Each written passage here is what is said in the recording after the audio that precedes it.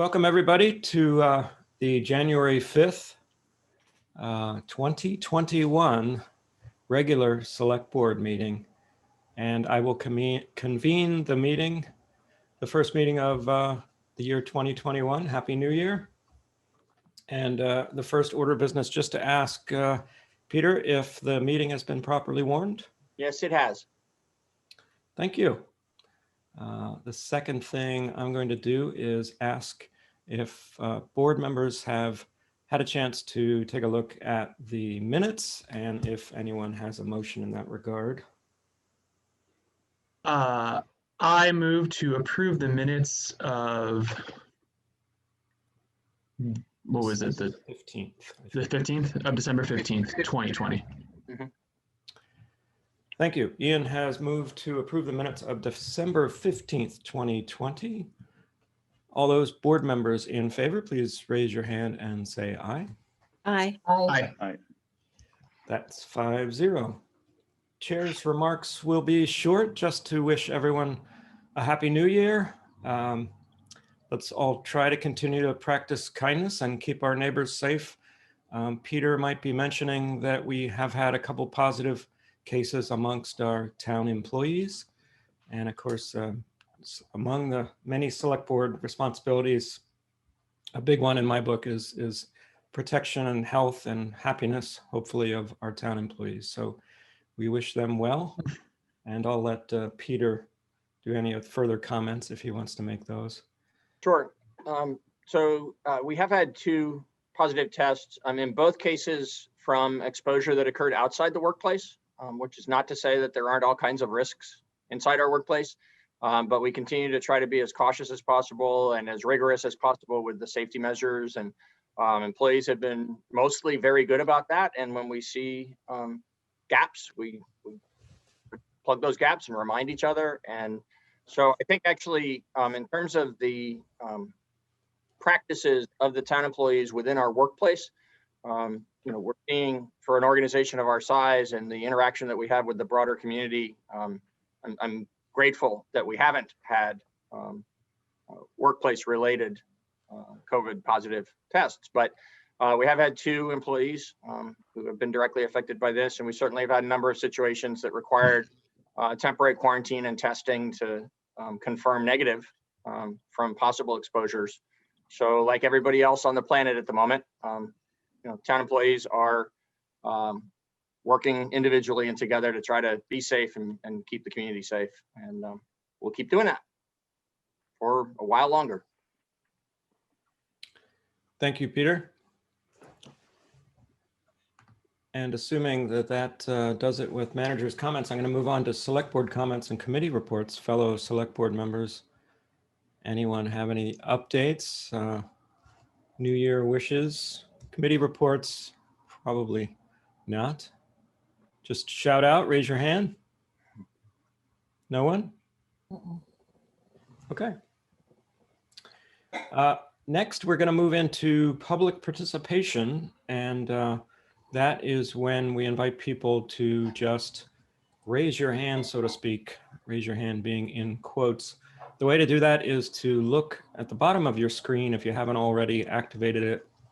There's a participants button, and when you click that, you'll have a sidebar show up, and that will show you a bunch of people and also give you at the bottom of that the ability to raise your hand.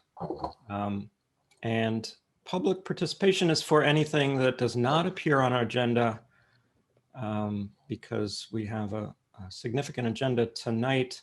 However, you're welcome to make a comment or ask a quick question that we would most likely be able to get back to you at some point about. And in addition, it's also the moment where if there was something on the consent agenda, which is the first item after public participation, if you see something on there that you'd like a select board member to pop out of the consent agenda, a select board member could do that. That's how we handle these things. Of course, consent agendas are generally things that sometimes have a lot of materials.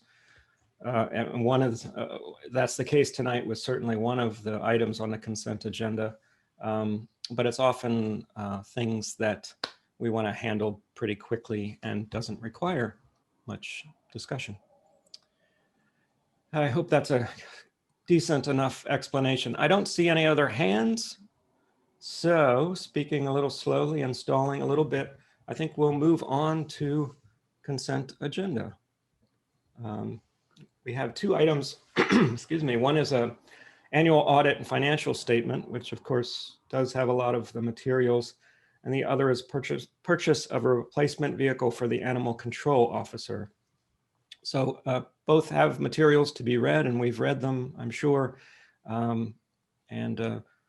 Peter, do you have anything to add to that? We just have the two items, correct? Yep. So it'd be appropriate to take a motion to approve the consent agenda as presented, unless a select board member wishes to pull one of those two items for discussion. Indeed. Brandy is raising her hand. Brandy? I move to approve the consent agenda as presented. Great. Thank you, Brandy. Brandy has moved to approve the consent agenda as presented. All those board members in favor, please raise your hand. Say aye. Aye. 5-0. Thank you. And next, we have nothing in the area of liquor commissioners or water and sewer commissioners. We move on to unfinished business. And Peter, or are we going to, sorry, So, I threw it I to can you. set context for this. It'll be presented by folks from the community. In the continuing review of the unfinished items for the select board's finalizing of your recommended FY22 budget for consideration at representative town meeting. There are about a half a dozen different things that over the next few weeks you'll be addressing further. And one that you asked back in December when we reviewed the status of the budget and the things that you felt were still needing some additional attention. One of the things the select board asked for being on a January agenda was to have members of the representative town meeting Human Services Review Committee come to a meeting and present their recommendation to you so you can understand, not just have the number, but also understand the background to that and have whatever further dialogue with them you wish to have before you finalize your recommended budget. Yes, thank you. And I realize I'm aware that we have possibly two chair and co-chair that I would believe like that's the case, to. and possibly additional members of the committee as well. Okay. Just a sort of organizational note. Sometimes we try really hard to limit the number of boxes that appear on our Hollywood squares. When we get past 9, we start to break down and things get really small, including our ASL interpreters. So we try to make sure that accessibility is preserved by making sure the size while you're in gallery view. Another nuance to this is that you may want to be in gallery view. If you're in speaker view, you see my face nice and big right now, which is not doing yourself any favors, I'm sure. But so you can always switch over into gallery view to get all 9 of our presented speakers. So a long way of saying that possibly Peter Elwell might drop off if we need the space and we don't need his participation. So who do we have that might want to join us? If from the committee.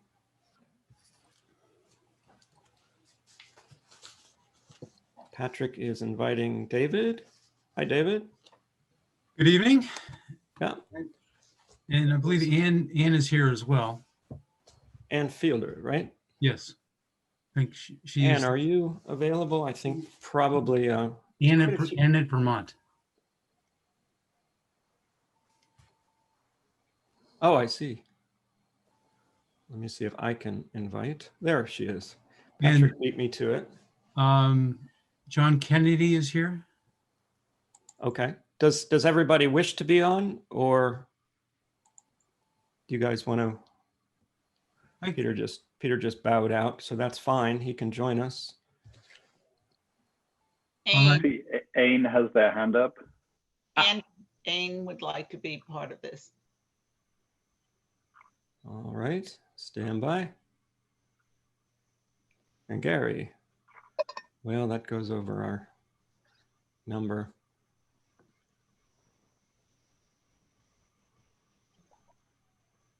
Is Ain joining us? Yeah, she's on the third page. I think Ain uses they.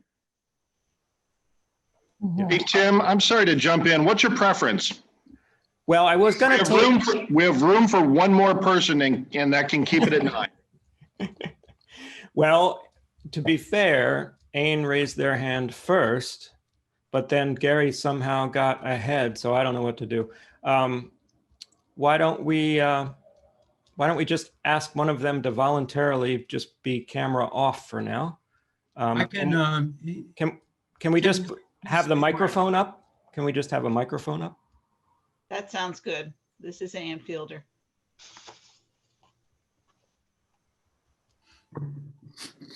Okay, and Fielder, you're Ann at Vermont, USA, right?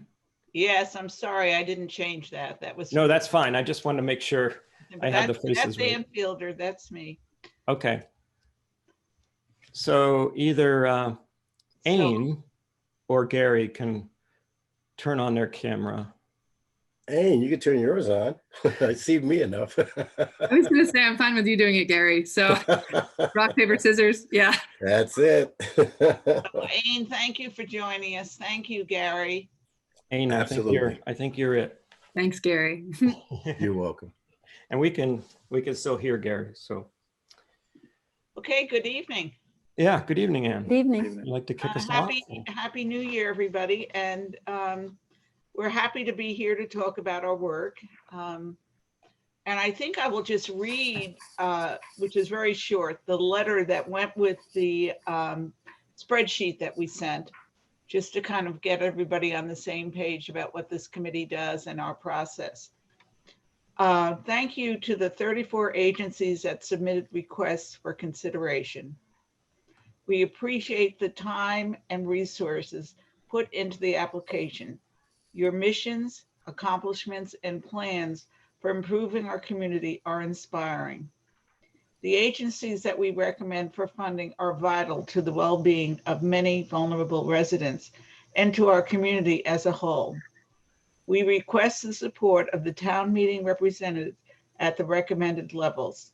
Now, you all should have the spreadsheet. The committee met in September to review and update the application for town funding.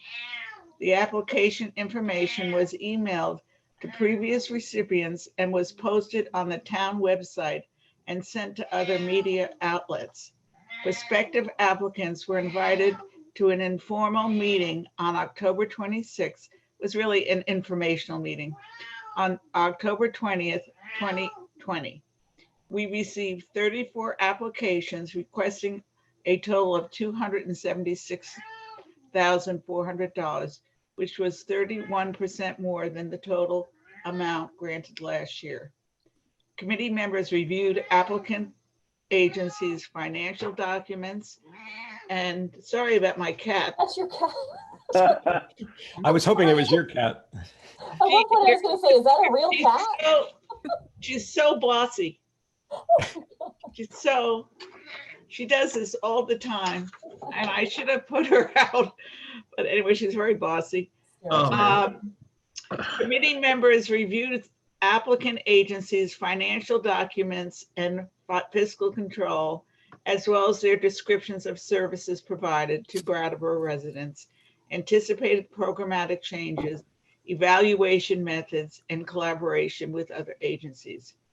Our goal as a Human Service Review Committee is to ensure the quality of life of the people in the town so they can be successful.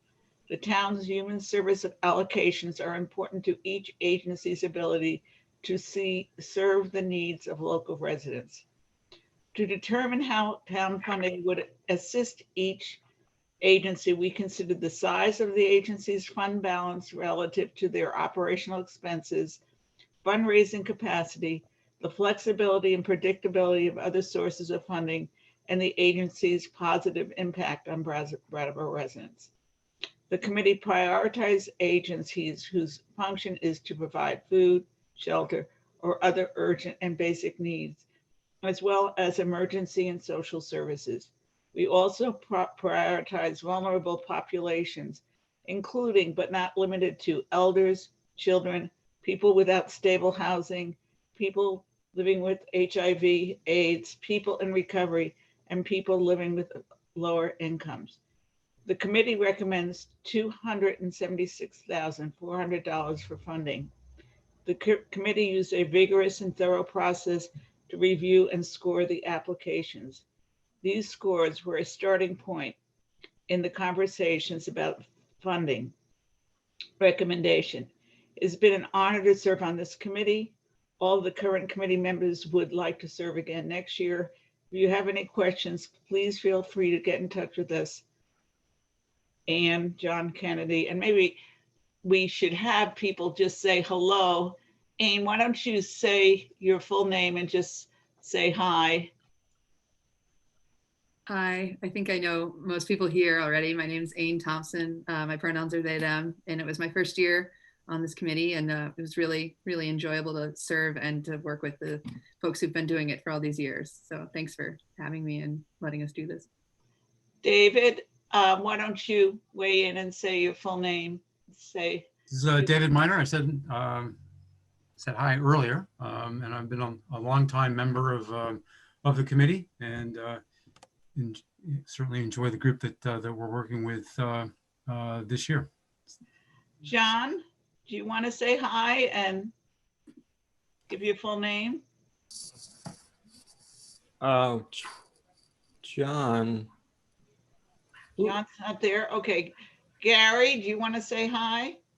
Oh, yeah. Hi. I say hi to everybody every time, especially the New Year's. I just want to say Happy New Year's to everybody and prosperous. And I'm looking forward to a lot of great things. Okay. Thanks, Gary. So Is it John Kennedy? Yes, it is. Oh, great. But that wasn't John, right?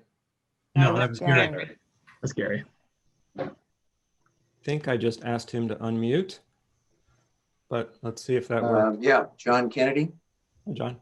Okay, hi. I'm a second-year member of the committee and live in West Brattleboro, also on the RTM, and have enjoyed the learning process of going through this 2 years in a row. Great. Thanks for joining us, John. Just to finish, and anybody can jump in here, we use a rubric to score the applications. Everybody who we scored this year got into the bucket of partial or full funding. Because of the recommendation from town meeting reps, we did fully fund everybody what they asked for this year, which is not at the 2% mark. It is not our practice or policy to give agencies more than they ask for. So that is how we came up with this number. So we're here for questions. All right. Does any select board member need to jump in? I do have a couple questions. Daniel. Thanks. Thank you for your work on this committee.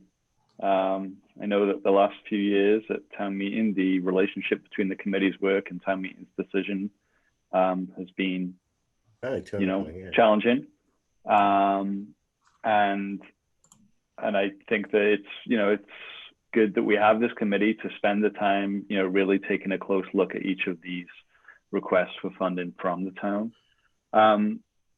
I'm curious as to whether or not in your consideration of the request, you mentioned comparing it to fund balance. Did you look and see like how this request of funding kind of like was a percentage of their overall funding? I mean, I work for one of the agencies. I work for SEVCA, and I know that like the money that we request is probably a drop in the ocean of our overall budget. But I'd imagine for some of the smaller organizations, it accounts to a larger proportion. Is that something that was considered?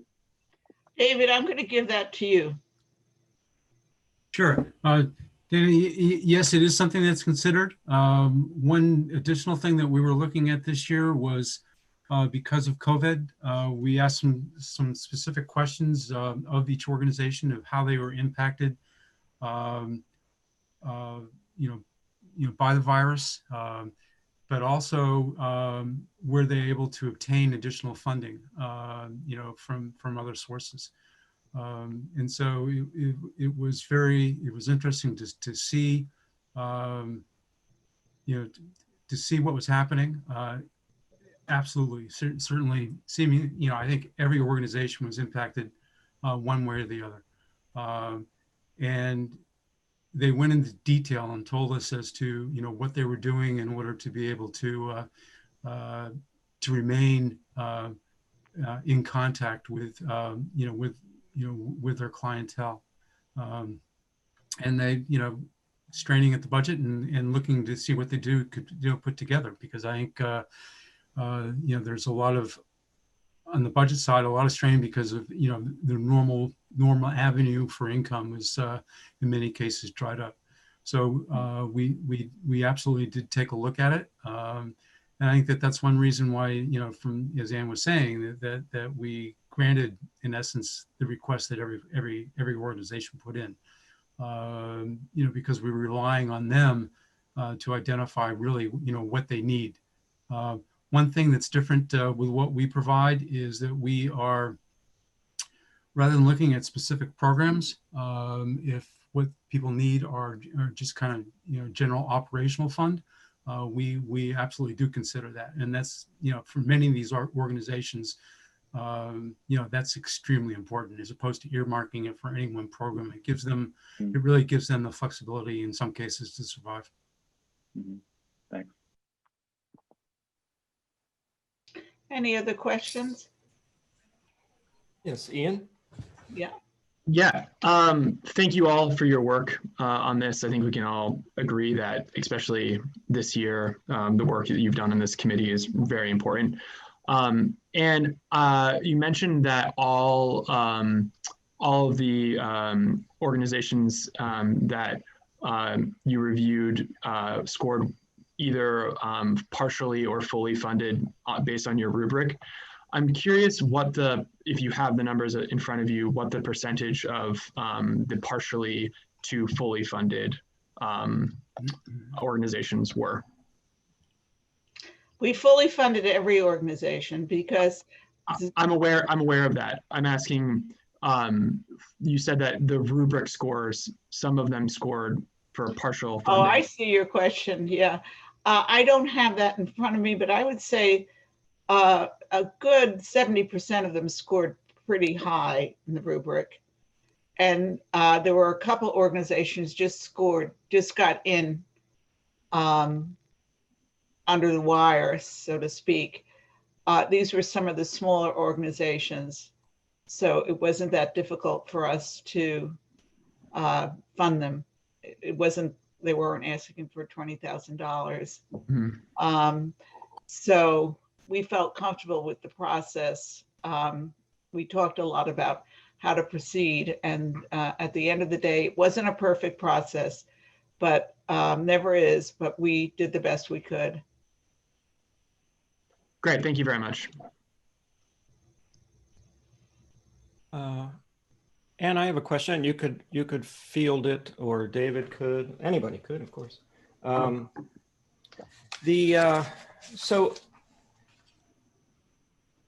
it looks like the Human Services Review Committee have officially changed some policies and procedures as of November of 2020.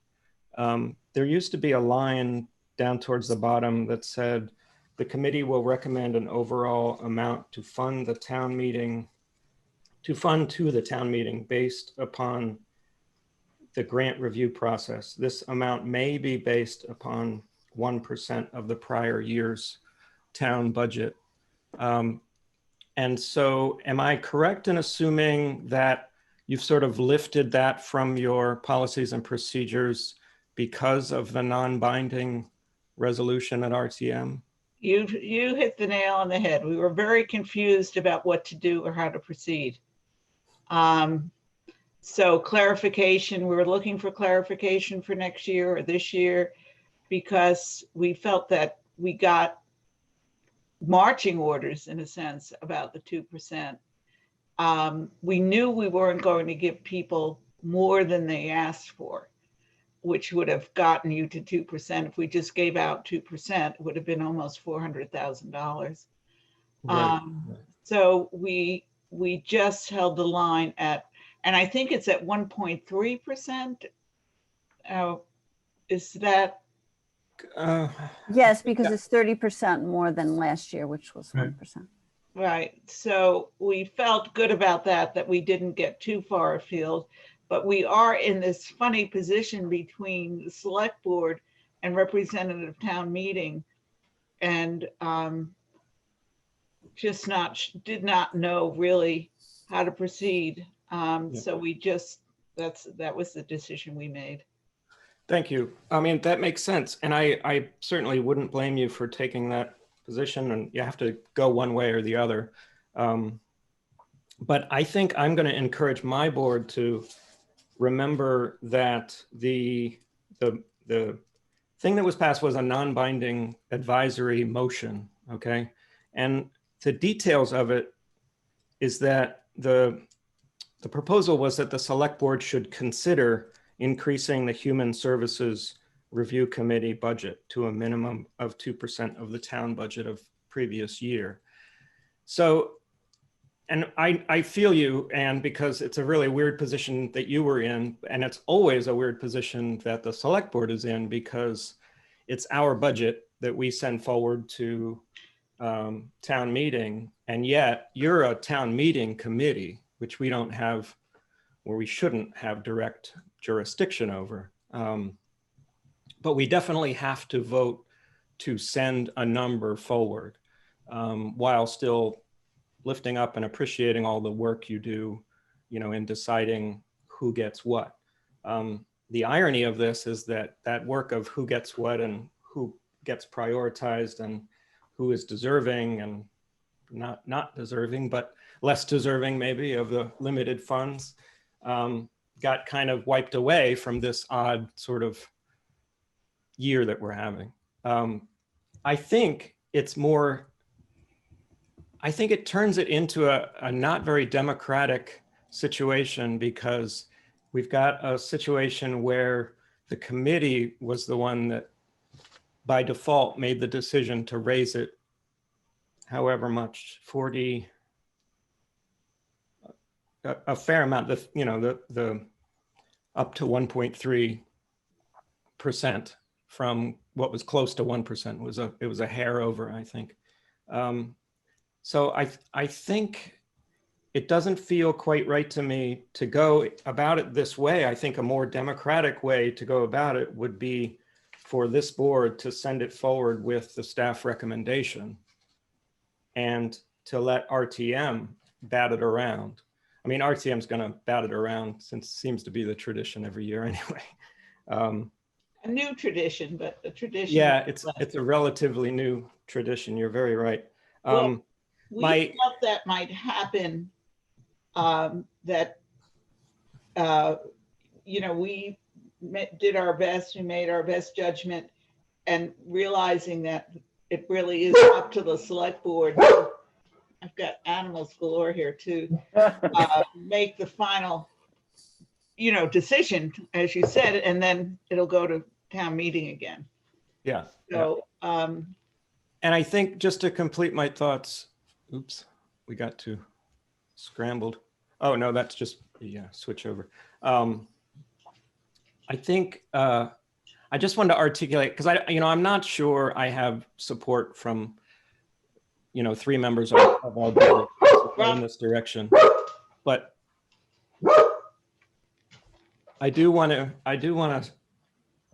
urge us to be understanding that sending out something that's over 1% is a big leap going into town meeting. I think that it gets to a larger conversation that we really need to have in this town about the function of the human services budget. And just to be very quick about my perspective, I see the way our town is funded via tax dollars mainly as having 3 levels of service.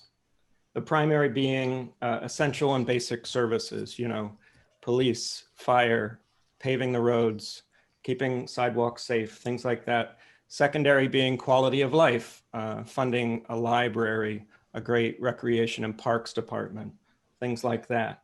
Down the list a little bit is contributions. And that's what human services is contributions to all very worthy organizations. But I feel, have to have a larger conversation about, is that what we want our tax dollars to be going to? And if it is, then so be it.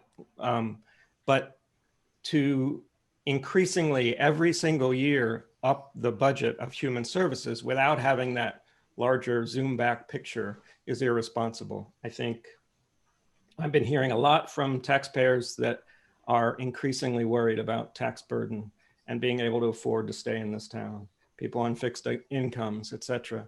And I really feel like we should be careful before changing the mission of municipal government and how we spend taxpayer dollars.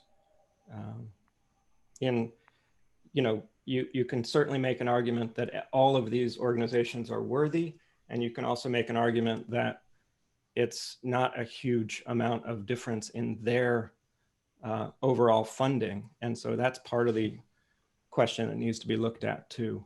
You know, how does municipal tax dollars fit into their overall funding rubric? And I saw Daniel and Liz both going. Liz was first. Anyway, I'm done. Thank you. Well, I just wanted to raise a point that's kind of a tangent to Tim's, and that is, there are people, taxpayers in Brattleboro who, are hardworking or on fixed income and are just keeping it together. And we, as a select board, need to be mindful of that balance because, some people have said to me, well, if the select board gives, approves this human resource budget, which is higher than it's ever been, then I personally, as a taxpayer, not me personally, but the person who said this to me, that person won't be able to donate to the charities in the way that they would like because the town's doing it and raising their taxes. So the choice has changed from an individual giving to a townwide giving, and taking that choice away from people who might have a pet charity that they fund every year. And I don't know whether that would make a difference to all the different groups in town, but I just think that that's part of the equation that we all, not only select board, but members of town meeting reps need to wrestle with, and that there's just a finite amount of funds that people have, and this affects it. I'm going to just speak personally here as a taxpayer and as a resident of Brattleboro. I don't think that what we have now is we're creating a foundation, basically, inside of the budget, which I don't think is completely appropriate either. So because I've been on many foundations and I've on a couple of foundations, and it just, I think it gets back to the bigger question of what do you want the Human Services Review Committee to do, and how does the town feel about funding human service agencies? I think that when I heard about 2%, it just gets to be the size of a charitable organization. And I don't think we have the staff or the, we're all volunteers that meet for a few weeks or months to really do justice to that amount of money. So that's my personal view about the thing. I don't know if the committee members have other points of view, but that's my point of view. Thank you. Let me just check in with Daniel because he had. No, I'm fine. I know Brandy hasn't said anything either, so by all means. I saw Take Ains' my hand spot. up too. So. Yeah. Whoever wants to shout, jump I mean, in. if you want to go ahead of me, you can. Well, just when Anne said she didn't Yeah. know if other committee members had Yeah. ideas about this. And I do know, having worked for nonprofits and being a taxpayer in Brattleboro, I know that, funding human services nonprofits is something that the majority, if not most, towns in Windham County and Windsor County actually do in their budgets. So it doesn't seem like a thing that would be changing the purpose of municipal government, in my view. And changing this process is changing the precedent that exists. And so it does seem like it's already a somewhat democratic process in that representative town meeting recommended this change. The committee served as we generally do, appointed by the town. And here we are, telling you what the recommendation was. And we very thoroughly assessed all of these recommendations. And it's a lot of organizations too. It's not just we're giving away this money to 5 organizations. So, kind of all of that, we really did do due diligence, sorry. And you all would actually be surprised to know that I was one of the more fiscally conservative people at the meeting, which was laughable to all of us, but seriously, I was very thorough about it. So you could review the notes. But yeah, and it's also, another important point that I think we often miss is that the nonprofit sector, Daniel works in that as well, is one of the largest employers in Brattleboro. So you are funding the town of Brattleboro, and we all pay taxes working for the town and the nonprofits in it. So I think you're also funding businesses, especially in the time of COVID when you fund this. So those are other things to consider just while you're thinking about this. Thank you. Go ahead. I at the end, when you guys done, I'd love to just make a quick comment on what Ain just said. Brandy, were you going to go next? Yeah, I'd like to make a comment about that too. I remember when I worked at the bank, for some reason, we were looking at the makeup of businesses in town, and this was a while ago, so I don't even know what the number is, but it was something like 40% of some of the businesses in town were considered nonprofit. 40%. And so that is a large employee base that is supported by those businesses. So many folks that are on fixed incomes also use many of these services, from the food shelf. I know that was a disappointing comment. They use these services, they rely on these services.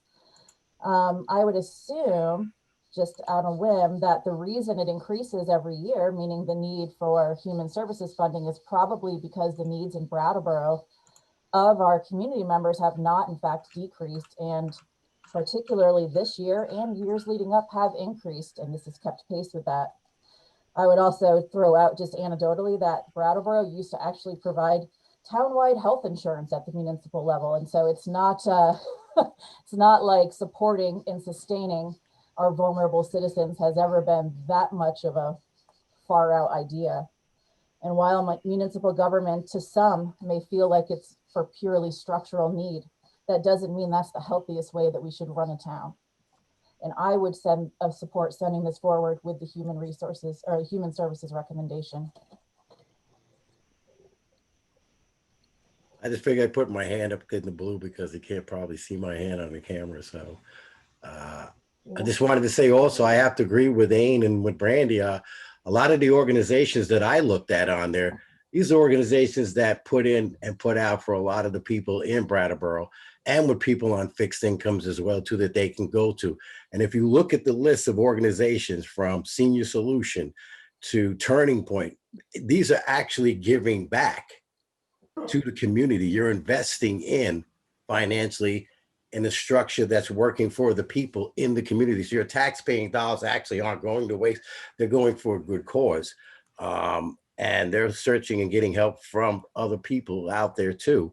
And this is restructuring a lot of things and helping out a lot of people in and out of Brattleboro. So as an example to us doing this is an example to other counties or states to see how we put this together to work for not just the community, but for people in and out of the community as well too that come into Brattleboro.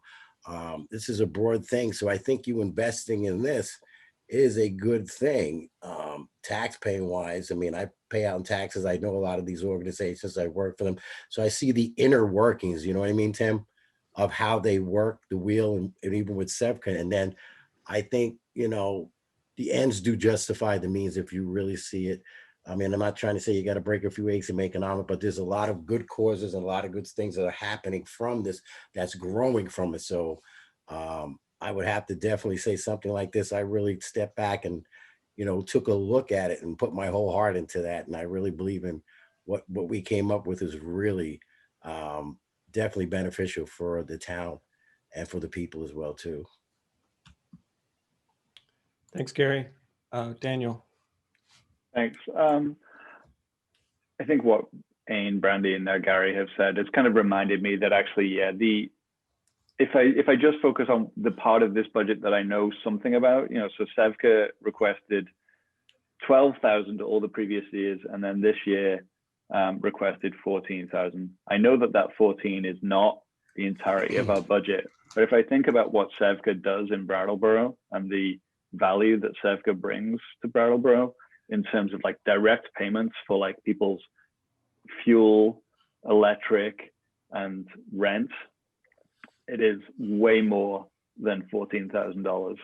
It's probably in the, you know, the low hundreds. I shouldn't, you know, don't quote me on that, any reporters, but like it's a much larger number than 14,000. So for that small contribution of 14,000, the taxpayers of Brattleboro reap a pretty substantial benefit. And when we look after the people that need the help of the likes of nonprofits like Sevka, you know, we're doing a service to the well-being of the town in general as well, not just about that one family. Yep, and a lot of these organizations help out people from all aspects of life, rich, poor, whatever. I seen them coming in and out, and this helps them subsidize as well too. Even if there might be in their tax situations or whatever, home food and all that. So really they're investing in their own commodities, if you think about it, and in their own futures. So with this money that they're putting in the tax, it's not for naught. It's definitely for something that's profitable, prosperous, and something that has a purpose for everyone in this town. So we all can grow and help each other out. Thanks, Gary. And just to get back to my comment, I wanted to just make based on Ain's thing. I feel you on being the fiscally conservative in a less than fiscally conservative situation. But again, this is not having to do with worthiness or contribution to our community at all. My concern is more about the democracy of the situation and the fact that your committee, which does excellent work, made this decision, having to make some decision, made the decision based on a non-binding resolution that happened at the end of a 12-hour meeting with very close to just barely a quorum, which I think if we're going to have a discussion about 1% versus 2% or even higher, we should have that in a warned, binding section of our meeting. And so this is, to me, a back end into increasing the human services budget without appropriate democratic process. So that's my main objection. Daniel? I feel like I've taken up a lot, but I just want to say this because I do hear what you're saying, right? And I think that some of the conversations we're going to have in a little while are also going to speak to like the relatively small number of representative town meeting members and the magnitude of their decisions and impact upon the people of Brattleboro, right? So like, you know, this is not appropriate for this year, but like, does the town of Brattleboro want to pull human services funding out of the town meeting decision and make it a question on the town meeting warning for the whole town to vote on. I don't even know if that's like possible in the charter, but like, you're speaking to like, do 140 people in town get to make a decision that impacts everybody? I mean, that's what the charter says, right? So unless we want to change the charter, then this is, we create a committee to do this. We ask town meeting to deliberate on it and then vote on it. And, that's the process that we have. So unless we want to change that process, I feel like we're just kind of debating around the edges of it. Well, I think you might have missed the nuance of my problem with it is that it was not a fully warned binding resolution that was, and it indeed it compels us to consider increasing, and we're not increasing anything. We're just doing the traditional passing along what traditionally is a staff recommendation based on the prior year. I'm just arguing for why not just pass along prior years and let RTM democratically, as our democracy works right now at representative town meeting, have that argument there instead of us upping everything. And and basically it's a small committee that's made this decision to have that starting level of the discussion be substantially higher. So that's my point. Brandy. I think that it's always kind of been tradition, with very few exceptions since you and I have been on the board at least, that we take, even when things are non-binding, we take the word of the body, and whether or not that's the full body or the end of the day body, if it's a quorum, it's still a body that is recognized by the charter. I actually did not think this was going to be fought. I was like, oh great, it came under 2%. Excellent. In the year of COVID, people were fully funded. Excellent, moving along. So I'm actually pretty shocked that we're not just for once taking the committee's recommendations after so many years of saying this committee works so hard, people should just take their recommendations. And now we're saying, except for this one time in the middle of a global pandemic when they still came in under the 2% non-binding, this time we shouldn't take their recommendation. I'm just like confused. Like, where did this go? It hasn't gone anywhere. This is what democracy is about. I'm representing a significant constituency. Everybody's representing a significant everything, and nobody on this board needs to be schooled about democracy. Okay, but it seems to me you use the word shocked, so I'm trying to explain my perspective. I think you have. I don't know why you would be shocked. My feeling is still shocked that we come back to this table after years of you and I being on the board, being actually embarrassed when people have questioned the human services, ourselves questioning it, and still being told by the Human Services Committee pretty clearly, including with the resignation, we do all this hard work and people are questioning it and we're sick of it. And you and I have had conversations in the past of like, yeah, they do all this work and we're questioning it. They come back well under this 2% that happened with a quorum at the end of a long meeting during a global pandemic, fully funding services that our community needs. Yeah, but I don't need to argue that. I mean, Anne herself, the chair of the committee, explains that she was, it's a strange position to be in. So it is a strange position certainly, to be in, and the committee still voted to put this forward. Indeed. And I'm not saying anything against Anne at all. I'm just saying the committee voted to put it forward. We have said for years that we should listen to the committee. This is our opportunity. And frankly, town meeting is going to raise it or cut it, probably not, or do whatever they're going to do regardless. What we're doing is standing by a committee that does a lot of hard work during a very hard year that we have said time and time again should be stood by. And I'll just say that the vote was unanimous.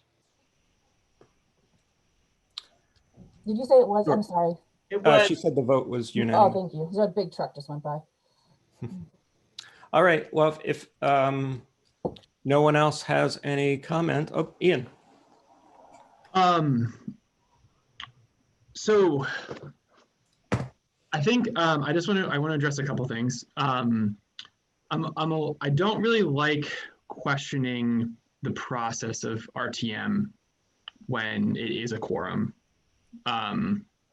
I think that there are issues with how long it goes, but to retrospectively look back on it and say, well, is that actually democratic or not?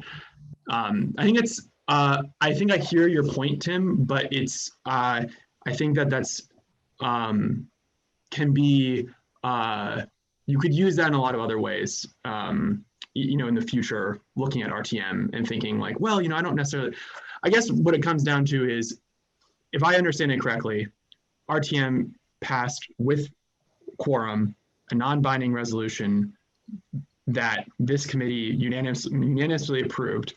And no matter what we do, RTM is still going to look at it anyways. I don't really know why we wouldn't go forward with what the committee has done, because they are trying to fulfill what RTM has directed them to do, and they're an RTM committee. I guess like that's, I'm trying to make sure I understand. Yeah. Well, I agree with you, except for one little nuance, which of course it's always about the nuance, that the proposal is that the select board consider, and we haven't really done any of that consideration. Can I get the language? I mean, I have it right from the minutes. I mean, I didn't watch this section, I have to admit, but I have from the official minutes, Emily Magus Russell proposed that the select board consider increasing the Human Service Review Committee budget to a minimum of 2% of the total budget for the previous year. This was seconded, ceased debate 54-15, and then resolution passed 47 in favor, 25 opposed. That's the minutes. I don't need to spend any more time on this, board members. Peter's got his hand up. Oh, Peter has his hand up. Sorry about that, Peter. Yeah, are you with us? Yep. Would you like me to open my camera or not? Oh, I don't know. I guess keep it down for now, and then because we're almost done. I promise. Yep. I just wanted to offer that I think that what you're doing right now is giving consideration, as the representative town meeting asked you to the level of funding you deem appropriate, whether that would be up to 2% or not. You've heard from the committee that they're not recommending 2% because that's more than what was requested. But there's a pending question, obviously, for select board to decide. Do you increase from last year's amount? You know, we have a standard annual practice that what we bring you in November reflects last year's funding, because we haven't yet heard from the committee. You've now heard from the committee, and you're appropriately giving your consideration to whether the select board endorses the committee's recommendation and incorporates it into the select board's recommended budget, or whether this becomes a matter that will be decided at town meeting. It's going to get decided certainly finally once and for all at town meeting, but some years it goes there where the committee's recommendation is incorporated into the select board's budget. And some years it goes there where the select board's budget is different from the committee's recommendation, and that becomes part of what gets discussed at town meeting. So I think you're having the conversation right now that was envisioned, and there's a decision that the select board needs to make either tonight or within the next couple of weeks about the level of funding that you wish to include in the select board's recommended budget. Indeed. Thanks for that, Peter. Ian? Okay, so that really helps, Peter. Thank you. So basically then, how I read this then is it's an increase of about 2%, or 0.02. It's, what did you say it was? Can I help? Yes. Yeah. It's going from about 1.1% of the overall budget. Well, what's in your budget right now, based on what we brought forward using the standard practice, is 1.1% of the overall budget. And if you approve the committee's recommendation, then it would be about 1.4% of the overall budget. Okay. $66,000 increase. $66,000 more. $66,000 increase, correct. Yeah. Yeah. Okay. Is it the board's pleasure to, oh, I have a hand up. I was just going to say, is it the board's pleasure to decide this tonight, or to, because we don't have to decide it tonight. Daniel's nodding. That's fine with me. Let me just take the hand up and then maybe we'll move on. Cassandra. Sorry, I'm doing this on my phone, so I don't know. Can you hear me? No. Yes, we can hear you. We Okay, might good. only hear you. Can't That's see fine. me. Okay, that's okay. Okay. Anyway, I was just thinking, like, wouldn't it be helpful to have that conversation before the committee actually goes through the applications? Because I feel like it's a little like after the fact. I would think as a committee member that if there was concern about going from 1% to 2% for the select board, that should have been discussed before the applications went in. Because you know what I mean? Like, as if I was on the committee, that would have been useful if that conversation was had earlier than after the fact. Yeah, I mean, personally, I agree. And I didn't really like get the story of as to why, because previously in the policies and procedures, there was a amount, this amount may be based on the 1% of the prior year's town budget. With a prior committee group, it seemed to me to be the effort to give them some sort of number to work with. And when that was removed, and I don't want to get into their process, but that was removed in November. So I guess that took away that guideline. Daniel? I just want to come back to a procedural thing. So when we have people from the public speak, especially if it's like one person that people can't see, can we ask them to introduce themselves? And if that is the Cassandra I'm thinking about, Cassandra's organization received a significant sum of funds from this, or is proposed to receive a significant sum of funds from this, grant process. So I just like public members to be asked to introduce themselves, because we've definitely done that pretty rigorously in the past, and it seems strange to me that we didn't just then. Sure, absolutely. Apologies for that slip up. I was just trying to move us along. So Cassandra, I'm assuming it's Cassandra That's the second Holloway. time this has happened in 2 weeks, right? I'm assuming it as well, but yeah. And you were transparent about your involvement in one of the organizations as well. So it's a good point. I believe Ain had her hand up. Indeed. Ain.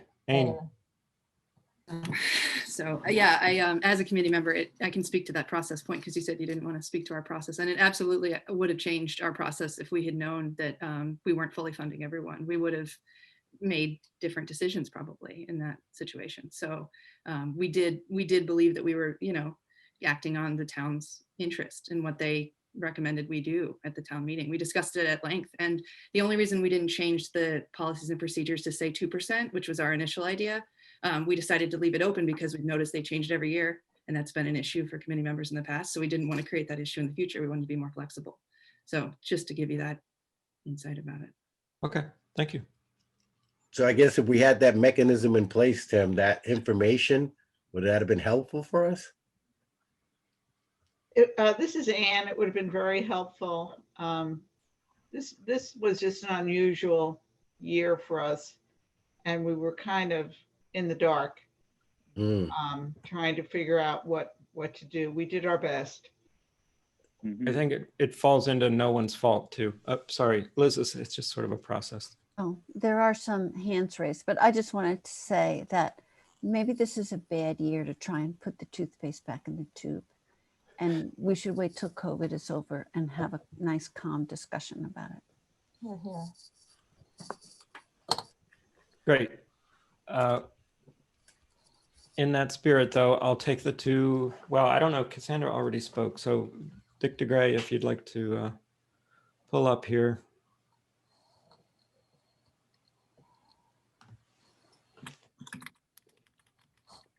There I go. I'm unmuted. Yes, thank you. Tim, I give you kudos for raising an issue here. And as I'm listening to the speakers, this isn't a debate about whether the services that are funded are important or not. A bigger discussion, which you people have been having and people have been calling in, is the affordability of our town. And one of the reasons that the rents keep going up and people are complaining about, the town is getting more and more expensive to live in is some of the things that are happening at town meeting, and nobody wants to be held accountable for that. You can raise the human service budget by 10%, and it's still not going to be enough. You know, it's like $1 is too much and $10 is not enough. So the reality is there needs to be a bigger discussion. I was a town meeting member for 25 years. I was a select board person, and a lot of different things happen under other business that we're not compelled to follow. Yet there seems to be some logic that, well, you know, because it passed, we're going to do this. And I agree with you, there needs to be a much larger discussion, not just at town meeting, because if I was talking to my representatives, where did this come from? Every year it seems to like, okay, we're going to raise the human service budget. And why? Did you talk to the people that you represent and say, this is a great idea? People don't realize that a lot of people in this community are receiving the services of the organizations that they're paying for in their rent or their household.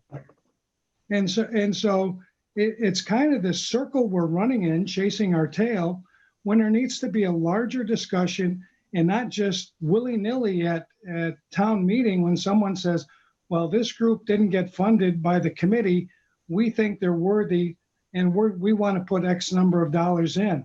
This process has really been followed up the last several years, and everybody's afraid to talk about it because they figured they'll get stoned because they're talking about against the human service budget and the agencies. I think they're all good. There's people at agencies in our town that don't seek funding that are just as good.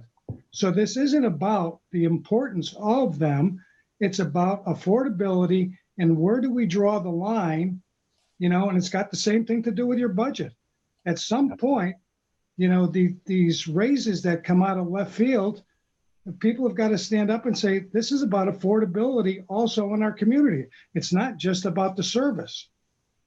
Yeah. Okay. Thanks, Dick. I see Cassandra's hand up. It's probably a follow-up, so I'm a little uncomfortable saying you've already spoken, Cassandra. Could you call up and then we'll take Jess's and then we'll just move on. How's that sound, board? Because we have a big night ahead of us. Cassandra, did you want to add something real quick? I think Yes, I do. Yeah, I do. I just wanted to say, so I'm Cassandra Holloway from District 3, and I just want to clarify that I wasn't speaking on behalf of BAPC when I was making that comment. I'm speaking on behalf of a town, being not part of the town representative meetings and feeling like the Human Services Committee I'm usually really advocating for their needs so that they can do their job effectively. And it really isn't about how much is going out. So I just feel like Daniel had made an assumption that I was advocating for the 2%, and it's more about advocating for the process. So I just want to clarify. Thank you so much. Okay. Just to tie a bow on that, I just want people to like be held to the same standards. So like, you know, sometimes when we have a member of the public participate, we ask them to like tell us where they're from, and sometimes we don't. And I don't understand why there would be a difference. I get that like sometimes things are challenging and we might forget in the moment, but like I think it's important, especially on Zoom where we can't always see a person's face as well. Certainly. And I confess to having just, you know, it's at fine. our last meeting, we had Cassandra on, so it just feels familiar, but it's a good reminder. Thank you. And Jess is going to get our last comment. That's just wishful thinking. Thanks, Tim. I'm Jess Gelser. I lived in Brattleboro. I'm a homeowner, taxpayer, and I also serve on the planning commission, and I run a nonprofit, but not in Brattleboro, over in New Hampshire. So I just wanted to drop a couple of thoughts. First is the town plan definitely reflects the reliance on a lot of nonprofits to fulfill our vision. The select board approved the town plan, and the vision includes a lot of work in what these nonprofits on this list do. So I think funding them is incredibly reasonable. And also, I want to comment to Dick DeGray's point about affordability. So I'm a homeowner, but I am lower income. Our family is lower income. So we receive the homestead subsidy from the state of Vermont, which means that we don't pay the full tax rate. We are subsidized by the state of Vermont, and the state pays the town the difference between what we're able to pay and what the actual tax rate is. So I am really excited about the idea of that money going to human services, because I take advantage of some programs from our local nonprofits. And yeah, that is the comment that I wanted to make on affordability. Thanks, Jess. I'm going to skip the nuance there. Ian. So I think that I realize that we have a lot to talk about tonight, but this discussion has been very helpful for me. And I think I've really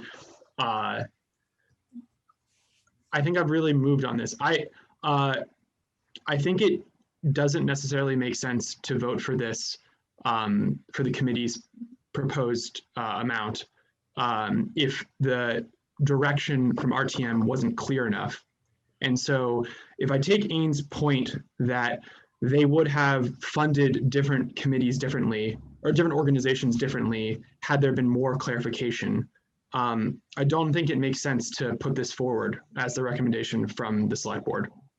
And so I think if it's something that if there's something that RTM needs to clarify for themselves, then we shouldn't support a not clearly defined funding of an increase when RTM can do that and can provide more clarity, which they did not do last year.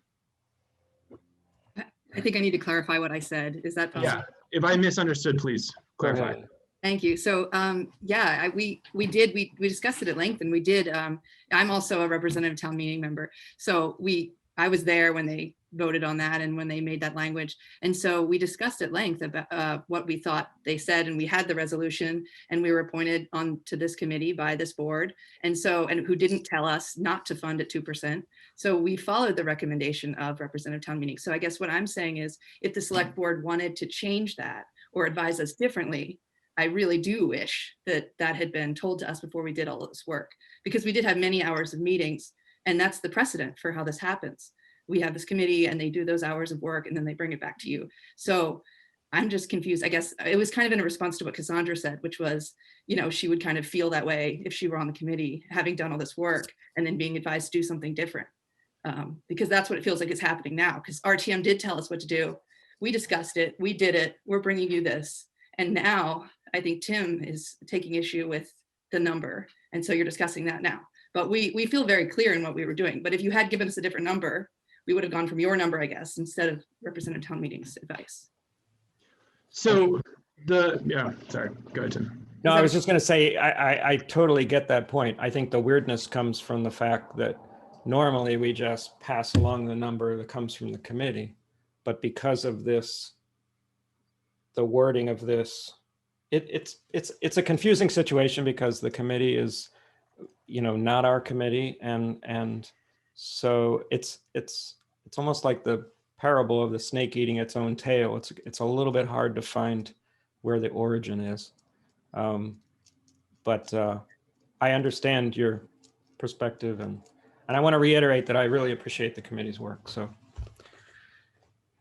Yeah. Ian, did you have a motion to go with those thoughts that you had? No, I guess, do we need to vote on this tonight? I understand that some of the board wants to, but we don't. We don't. I would appreciate a little bit more time. There's like more to this. I guess like I'd like to dig into this a little bit more. But okay. Daniel can make a motion if he wants to. I'd like to just interrogate you, Mr. Goodnow, if I may. What would you propose sending forward other than the committee's recommendation? Well, I'm not proposing. I'm saying, but the other option would be to send forward what the staff proposed, which would be the same level as last year, and then let RTM do it. I don't believe that was a proposal. I believe that was a placeholder. I think Peter just said that, but correct me if I'm wrong. Fair. Yeah, you're right. I don't think he said it was a proposal. Peter wants to speak again. Maybe we could bring Peter back in. Peter. I don't know. Thank you. Yeah, just to make really clear for the record, I say so each year in the budget message, usually in the presentation back in November as well. Staff really fully respects the fact that this has been a difficult process for the community, continues to be a difficult process for the community, but we don't think it's ours to propose a particular course of action in the way that it is when it's more of a town operations matter. And so we've had a continuing standard annual practice of simply bringing last year's action by representative town meeting and incorporating that into the budget that staff brings forward as the proposed budget overall, but knowing that this part of it each year will be informed by the work of the committee, some further consideration by the select board, and then final action at representative town meeting. So I just want to be really clear that as you make your decision, we're not advocating for one outcome or the other, but it's important that nobody construe the budget as it currently exists as being the staff's proposal related to human services. Okay. And so in a further consideration of this and trying to figure out what to send in our recommended budget, I don't understand how we would arrive at that. Yeah. Other than the process that we've already had in place here, where a committee's been asked to do some work and they did it. And they did it. To the best of their ability. Yeah. No, I hear you. Yeah. But especially given that we have a busy January. Certainly, I but understand that. it's still valid. It's still valid for a select board member to say, can we? Oh, absolutely. Can we decide? I'm saying also, Daniel, that I read a 240-page report this weekend. Me too. So I know. So I'm saying, I did quite a bit of work on this for this meeting, and so I'm saying there's been a lot of interesting points brought up on this, and if we don't have to vote on it right now, I would appreciate not voting on it right now. But because I really respect the work the committee has done, and so I don't want to just ignore it. But I'm hearing the points being made, and I'm asking if we can have this, if I can have more time to consider this. If you want to make a motion and force the vote, sure, but that's my request. Okay. Being the person who's saddled with speaking when no one else is speaking, I'm going to go ahead and let Robin Morgan make a comment, and we might be moving on and we might be voting. Robin, would you like to come up? Yes, thanks, Tim. I just wanted to say, I'm really surprised to hear select board members recommending that this not be approved from the committee and that you just let the representative town meeting members figure it out at the meeting, because I have tried every year for the past 3 years to advocate for an increase to human services. And every time I do it at the meeting, at the representative town meeting, I am told that we cannot increase the budget to a specific line item at the meeting. You cannot do it. You can only increase the total amount of the budget, and it's up to the select board how they want to spend it.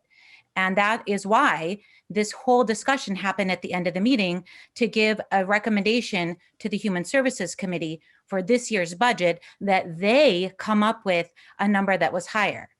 Okay, so I really think that the select board is abdicating their duty if they just say, let's not pass this Human Services Committee recommendation. Let's kick it back and see what they say at town meeting, because at town meeting, they're just going to say, you have to go by what's in the budget. You can increase or decrease the total amount of the budget, but you cannot add to a specific line item. That's what I've been told the past 3 years. Yeah, Robin, just for clarity, are you talking about a specific line item within the Human Services budget? Or are you talking about, and Peter has his hand up, so I want to make sure he'll clarify something for us. May I? Yeah, go ahead. Thanks. So both things are correct in their separate context, and they don't both apply to this situation. So what Robin described is absolutely true about the vast majority of the things that are funded through the town's budget, because they don't have their own separate article at town meeting. And so a change to the budget at town meeting that doesn't have its own, for some part of the budget where the intention is related to some part of the budget that doesn't have its own article, is not binding on the select board. That the effect on the budget is binding. The intention of town meeting is information for the board to consider regarding the actual expenditures. This item and the other items that are their own article is about probably 8 or 10 different funding articles each year that speak to specific pieces of the town's budget. Those, because they have their own article, actually can be explicitly modified by town meeting. And this one in particular has not infrequently been modified at town meeting. Absolutely. I'm just going to only invite, oh, no, I'm not, because hands are down. Okay.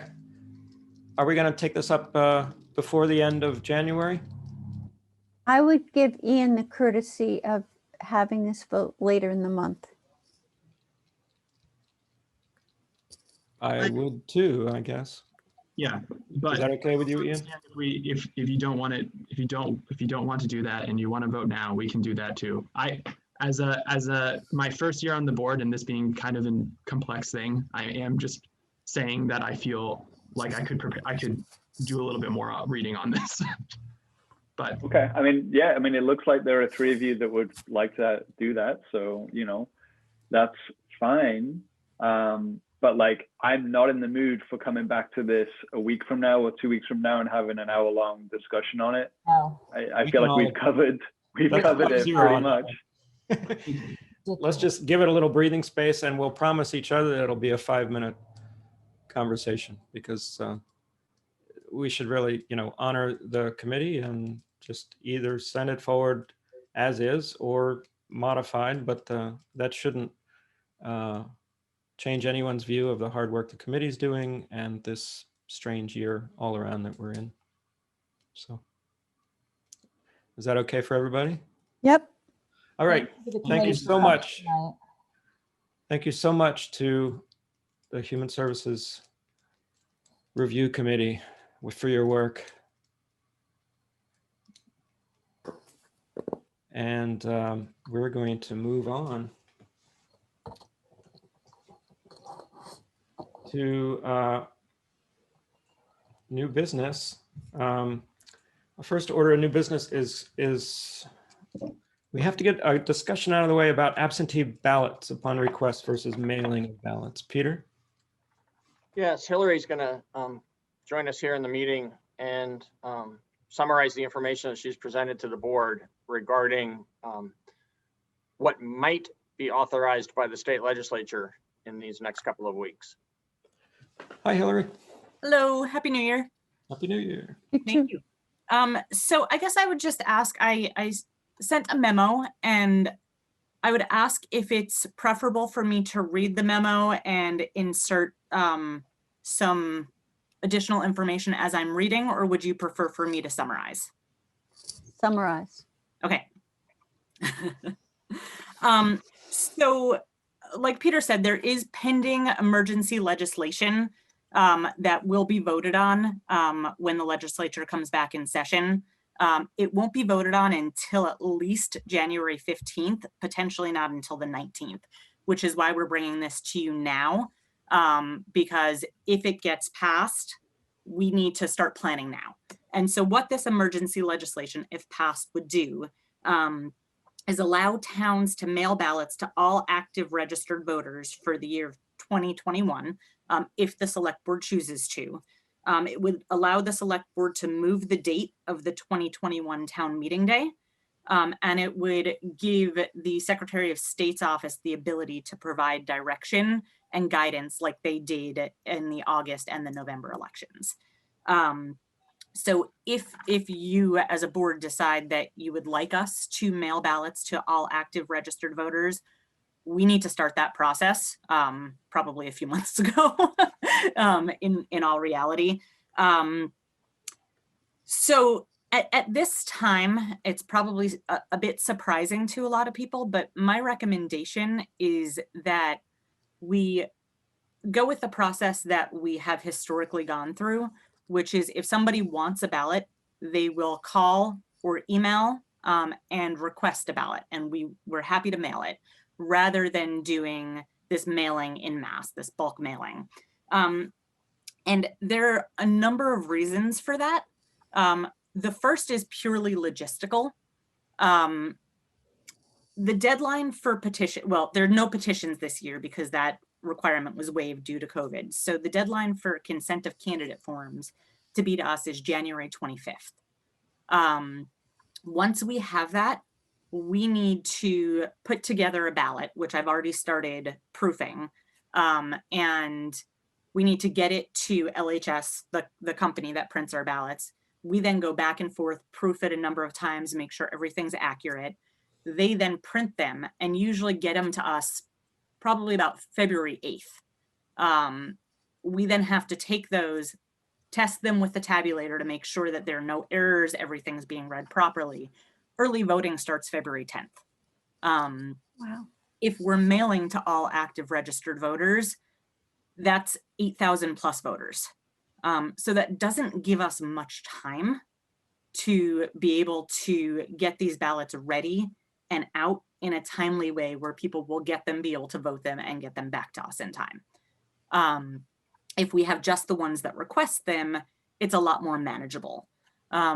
We talked about the idea of, can we hire out to a mailing house? The mailing house that did this for the state in November has said that they're not doing it for the local elections. We also talked about the fact that that takes away some of our control. There were some issues with the mailing house in that zip codes and apartments and things like that, there were errors and there were a lot of bounced back ballots because of that. It didn't happen as much in Brattleboro, but it did happen in other towns. And so there's concern that with such a tight turnaround, if there is an error with the mailing house, it just takes away some of our control with it. And because of COVID, we can't necessarily pack our office with a ton of volunteers to do this. We need to have that social distancing. So the logistics are just a really big concern with this. Additionally, turnout for this type of election for a non-presidential primary town meeting day historically has been 15 to 20% turnout. Would mailing to everybody increase that? It might a little bit. But if you look at the November turnout, we had more voters than we've ever had, but we also had a larger checklist. And the percentage of turnout was actually slightly lower than 4 years ago. So it didn't show that there was an increase in voter participation. And so I don't know if this would actually increase that. I would also remind you that the funding for this, for what it's worth, is not in our budget, our approved budget for this year. So that's just something to consider. And I'm just taking a look at my notes here. Another thing to consider is the Wyndham Southeast School District is also holding their annual meeting through Australian Ballot this year on the same day. And they have to do it the same way between all 4 towns. And they are not planning on mailing to all active registered voters. They're planning on, we run their election, and they're planning on doing it by people requesting. And so that's just another thing. If we have town meeting being mailed out to all active registered voters and the school ballot being mailed out to just those who request with such a tight timeline, it leaves room for potential error and mistakes, which makes me just a little bit nervous. I would say that,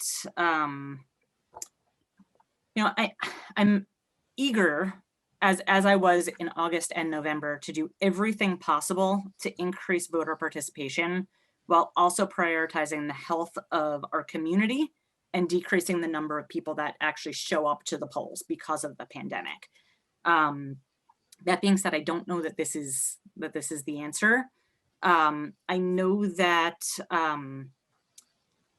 from what I heard from the Secretary of State's office and the Vermont Municipal Clerks and Treasurers Association, in addition to this emergency legislation, there's also a longer term legislation that's being considered, which would look at election laws in general, and potentially make mailing ballots a longer term thing that would happen.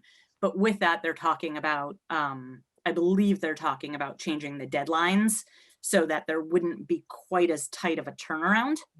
And if that happens, I believe it would be up to the towns how they want to handle the local elections. I would certainly be open to it. And I think that there are a lot of pros to doing it if we have the logistics in place, right? Making voting easy and accessible for anybody who's eligible to vote is a very good thing. That being said, the one drawback in my mind to the mass mailing of voting of ballots is it favors a particular demographic, in that people who own homes and are stable in their rentals aren't moving around as much, and they won't have to call us to request their ballots. They'll automatically be mailed a ballot. Those who are less stable and more transient would have to call us every time they're moving in order to get a ballot sent to the correct location. And so it's just something to keep in mind, that it does favor a particular demographic, that certain people won't have to call ever and other people will have to call regularly. So it's just something to keep in mind. So the Board of Civil Authorities met on December 9th. And while we didn't take a vote, the general sense was we should really work to make sure the community knows and promote the fact that people will have to request their ballots and they won't automatically be mailed. The Wyndham Southeast School District is planning on sending postcards to all residents, and they will include the language of town meeting ballots as well as the WSESD ballot. And so we'll likely have an ad hoc committee of the BCA to figure out the promotion strategy of that as well. But it's obviously a decision of the board, assuming that the legislation is passed at the state level. And I'm happy to answer questions. Okay, thank you, Hillary. Liz. Hi, Hillary. I really respect the points that Hillary brought forth. The most compelling to me was that this school district would also have a process, and we should have the same process, or otherwise it'll be very confusing. So I'm in favor of the strategy that Hillary recommends. Daniel. Hey, Hillary, thanks for your work on this. Appreciate it. And I was the squeaky wheel on this one. We were emailed about this a couple of weeks back and asked if we had any issues with it. And I said, yeah, I want to talk about it in public, because I think it's important that the public understand why you're recommending that we do not mail everybody a ballot for this election. My initial reaction was, oh, I don't like that. I want us to mail everyone a ballot. I want the election to be easy. I want it to be accessible, and I want it to be safe. We don't want to be encouraging folks to come to the polls, but we do want people to participate in this democracy. And, you know, the town meeting day election, whilst it's a relatively low number of people that turn out, it's what ends up in us getting elected. And so if we're to have some legitimacy, you know, we sort of need to have the people show up. You know, a lot of things are put on our shoulders, and then it's like, what, a couple of thousand people at most voted for one of us? I mean, that's not very many out of the town our size. And RTM. So, and RTM, yeah, exactly. You know, so I accept, you know, the reasons that you've given for, you know, recommending that we don't issue ballots to every single household. I have some kind of questions about the procedure. So for the folks in August and November, so in August you had to request a ballot, and in November you were given one. And I took a look at the numbers and I saw that they were actually pretty similar numbers in terms of who voted early, you know, or by absentee. And so I was kind of wondering whether if you requested a ballot at that time, will you automatically receive one for March, or will you need to request it again? You will need to request it again. The request period is for a calendar year, and we can't put it into the system in November or in September or October for 2021. So people will need to call or email us to request a ballot for March. Okay. And they can request for the entire calendar year in case there are any special elections that come up. Great. But you can't have an ongoing, like, open request, like whenever there's an election in Brattleboro, if I'm on the voters roll, send me a ballot. No, There's too much transition with people's addresses, with people moving in and out of town, with people passing away. I think that the state requires you to do it on an annual basis for that reason. Okay. So I just hope that if, you know, it does seem like it's the majority will of the board that we will go ahead and ask people to request a ballot, and that's fine. I'm not going to force a vote on it. I totally respect your professionalism in this. And I respect the will of the committee as well.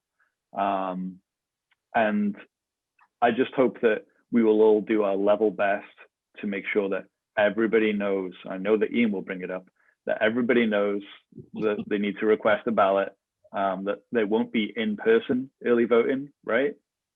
And so I hope we have as many people turn out for that election as possible.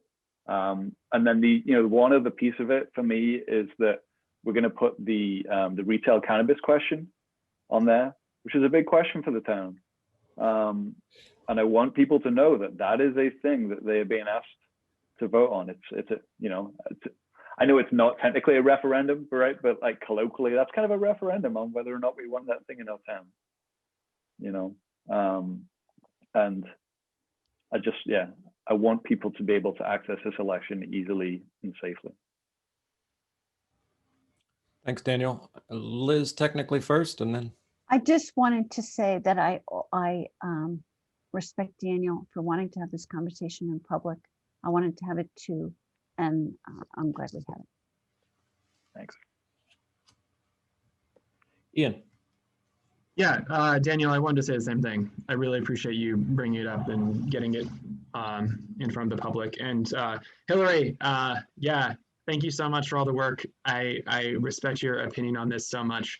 The only point I wanted to make that I don't know if I've heard from the board is that I think that it's pretty powerful that we've already done this style of election in the August primary during a pandemic. That didn't have early in-person voting, that you had to request the ballot, and we were able to do it successfully with good turnout. And I think that was a really important point for me in considering this question. If we hadn't tested it yet in a pandemic, I would have been more concerned. But the fact that we've done it once and you did it so well, I feel really confident. Thanks, Ian. Brandy. Thanks, Hillary. I really trust you and your staff, and I trust the committee. And I think some of it, like you said, is purely logistical. Like, if we're not getting you budget information till the end of January and people aren't returning their petitions or desires to run for seats in various places till the end of January, then the turnaround, it just doesn't seem like it's a great idea. So while I tend to philosophically agree with Daniel that I would have liked the idea of a mass mailing, I fully trust your judgment. And I also think it's an interesting point for me to chew on what you brought up about favoring people who are a little more stably at their mailing address versus folks that might be moving year to year to a new apartment or even less house than that. So thank you for bringing that up. That's important. And thanks for everything you do. Thanks. Thank you. I'll just echo everyone's thanks and appreciation to Hillary and your whole team and the BCA, of course. Peter, do you need something from us? Nope. Just double checking. It's very helpful. Yep. In the absence of a select board action, we're going to continue on the path that Hillary described. Thank you. Thank you. Thank you. Bye, Hillary. All right. So we are now upon the new business that we were trying very hard to make plenty of space and time for addressing, which is a very important and sobering in many ways. And Daniel, I think I know what your hand is doing. So Good. Okay, very good. this is my pre-introduction. All right. Introduction. It will be, I think we're going to be starting with a report from the facilitators of our Community Safety Review Committee. And I think Daniel was going to suggest that we might start this right after a break because we normally take a break at 8 Look at all those heads nodding. It's great. 5-0 on the nodding heads. So we're gonna take that deep breath and then dive in when we come back, if that's all right with everybody. And we got thumbs up and nodding heads. So let's see. How about we do that at 8:05? Does that give everyone enough time? Mm-hmm. So everybody who has joined us, please stay on the Zoom and you're going to see a placard come up and we'll be right back with you. Thank you. Okay, welcome back, everybody. You are rejoining our select board meeting. I have to go look at the date of January 5th, 2021. And we are getting into our Community Safety Review Committee's report. The way I would propose this happens to the rest of my board and see if everyone's in agreement is that we really wanted to make some space for our facilitators to present the lengthy and complex document that they've submitted to us just at the very end of the year, as was promised. And I would propose that we let them do that, however they'd like to do that, and try to be listeners, as the project is all about listening to a very large extent. So I would suggest that we as select board members could listen, our community could listen to their findings, and I suggest that the board tries to, if we do start to jump in with questions to either the committee members or the facilitators, this would be later, after we give Shay and Emily a chance to present, that we limit ourselves to sort of procedural stuff and questions to kind of help the community understand the scope and things like that. And then kind of give it a week and come back for more addressing concerns, making statements, talking about actions the board might take. A couple thumbs up. Great. 100% with you on that. Me Awesome. too. I think that's really important. Fantastic. Yeah, because it's a lot to digest. And tonight I just want to prioritize the committee themselves and the facilitators themselves. Right. So, yeah, so let me, without further ado, invite Emily Megas Russell and Shay Witzberger to join us. I've invited them both to be on screen with us, and that gets us up to our 9. If there's another committee member that raises the hand, there's 9 committee members, and if you raise your hand, we'll first check in to see if you just want to make a comment, or indeed we'll make room for you on the screen. By doing a little trick, we'll make Peter probably go away. Disappear. Yeah, which he's perfectly fine with doing. I've pre-cleared that. Lana is a committee member? Yep. Yeah. Okay. Daniel, you have your hand I up? just want to make a quick request before we dive in. This is a big document, a big PDF. Can you please use page numbers if you're referring to a specific part of it? Yes. Sure. Thank you.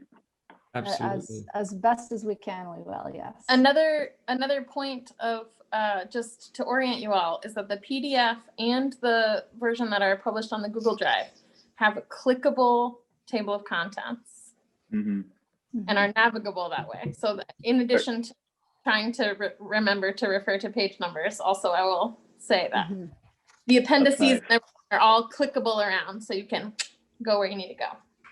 Love it. Excellent. Excellent. Thank you. Let me just check in with Lana since she's a committee member.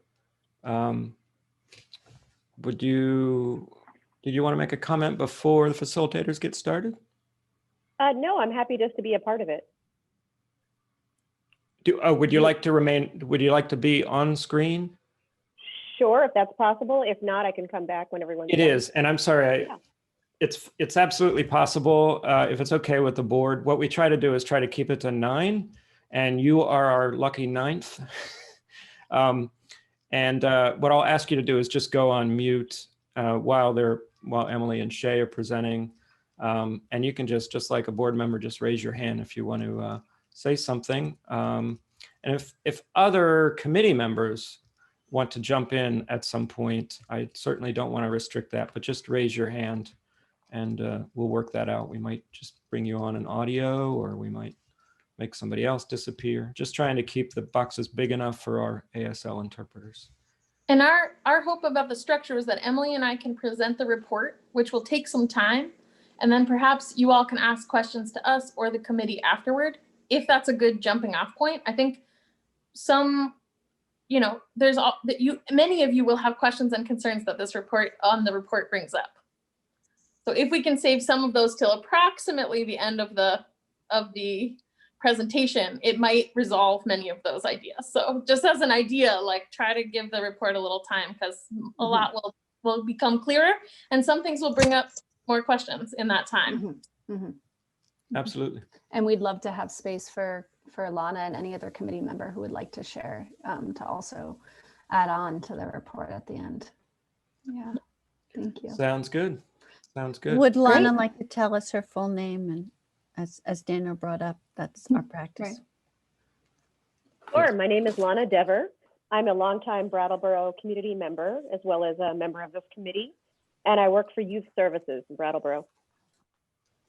Nice article in the paper about you today. Oh, yes. Congratulations. I think some of our other committee members may also show up at other times. I think it's kid bedtime for a lot of folks.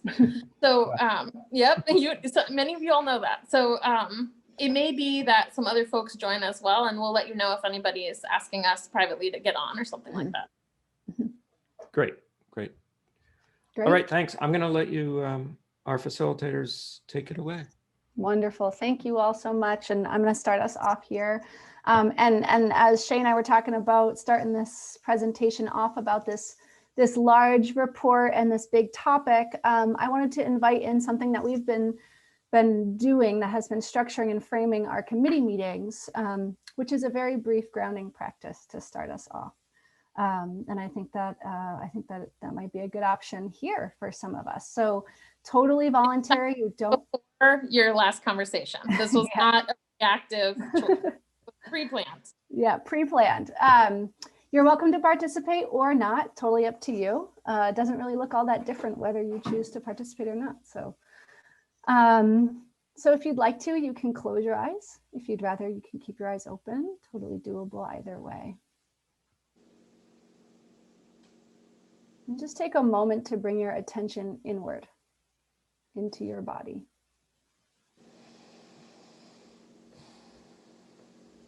And as you scan your body, just noticing how it feels for you to be here in this virtual space together.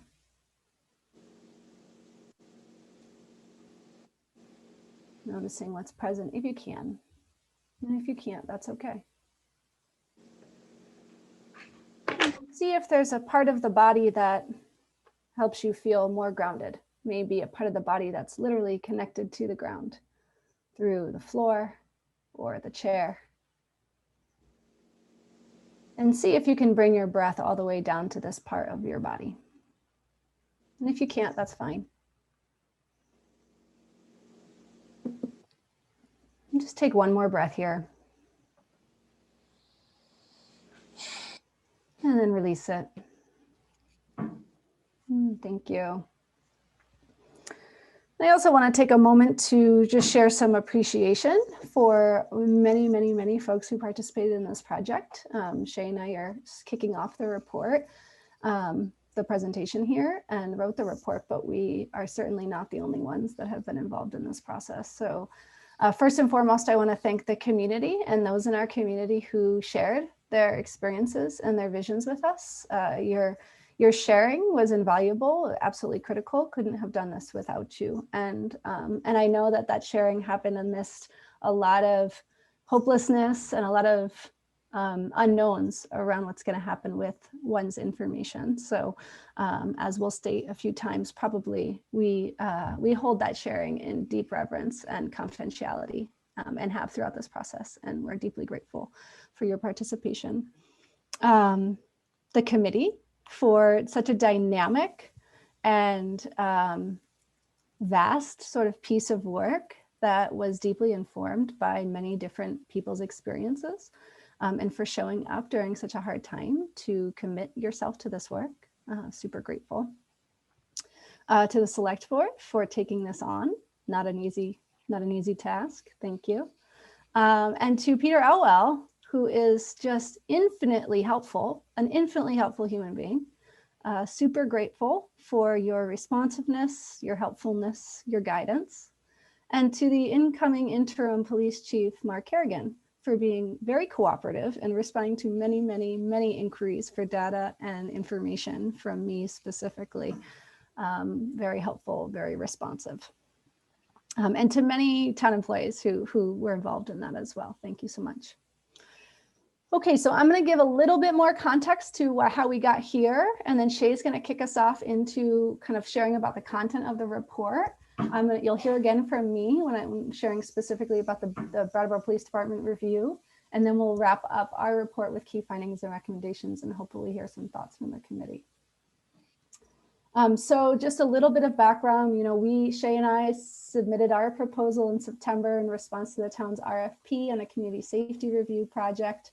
Our proposal was selected, and we feel like our report is really in line with what it is that we proposed we were going to do. And so just to sort of articulate that what was in our proposal was that we are going to commit to protecting the confidentiality of those who share their experiences with us. And this turned out to be a huge challenge, frankly, in balancing the deep commitment and reverence we have for safety and confidentiality, and the openness and transparency and publicness of the committee process, as I'm sure you all on the select board are familiar with.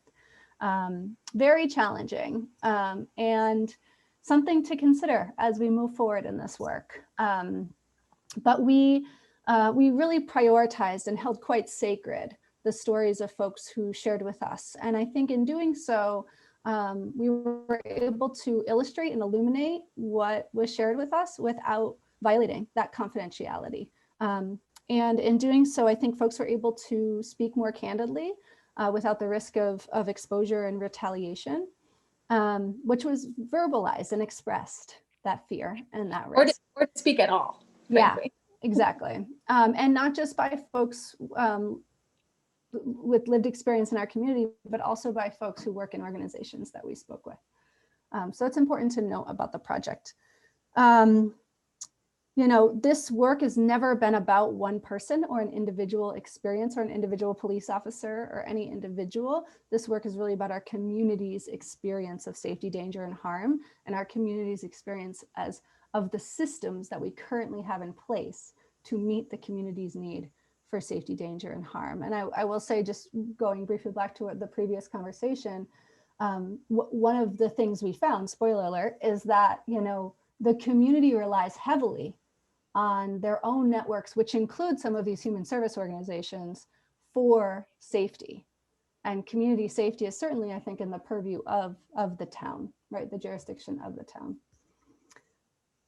So the other thing that was in our proposal that I think is clearly illustrated in our report as well is that we really set out to focus on centering the voices of those most impacted by policing.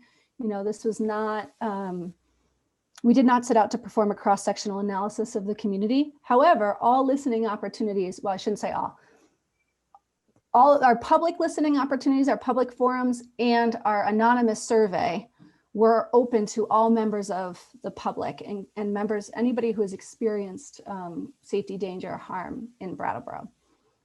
We had listening sessions, which Shay will share more about, that were more safely held containers for specific groups of folks. But there were many opportunities for anybody who wanted to share their experience. And we heard from a whole bunch of people, you know, with varying different identities. But we did very clearly set out to listen primarily to the voices of those most impacted. In our proposal, we established committee tasks. Those included designing and creating the questions for inquiry to the public, to the community, designing and implementing the anonymous survey, holding public forums, holding space for the public forums, reviewing police department policies and procedures and data, performing tracers, which I'll share more in a moment about what that is, and also informing our key findings and recommendations. So it's important to note that the report itself was written and submitted by Shay and I as facilitators, and took a very large amount of labor, which I'm sure you can imagine. And the committee was really critical in our process in the tasks that I just named and more.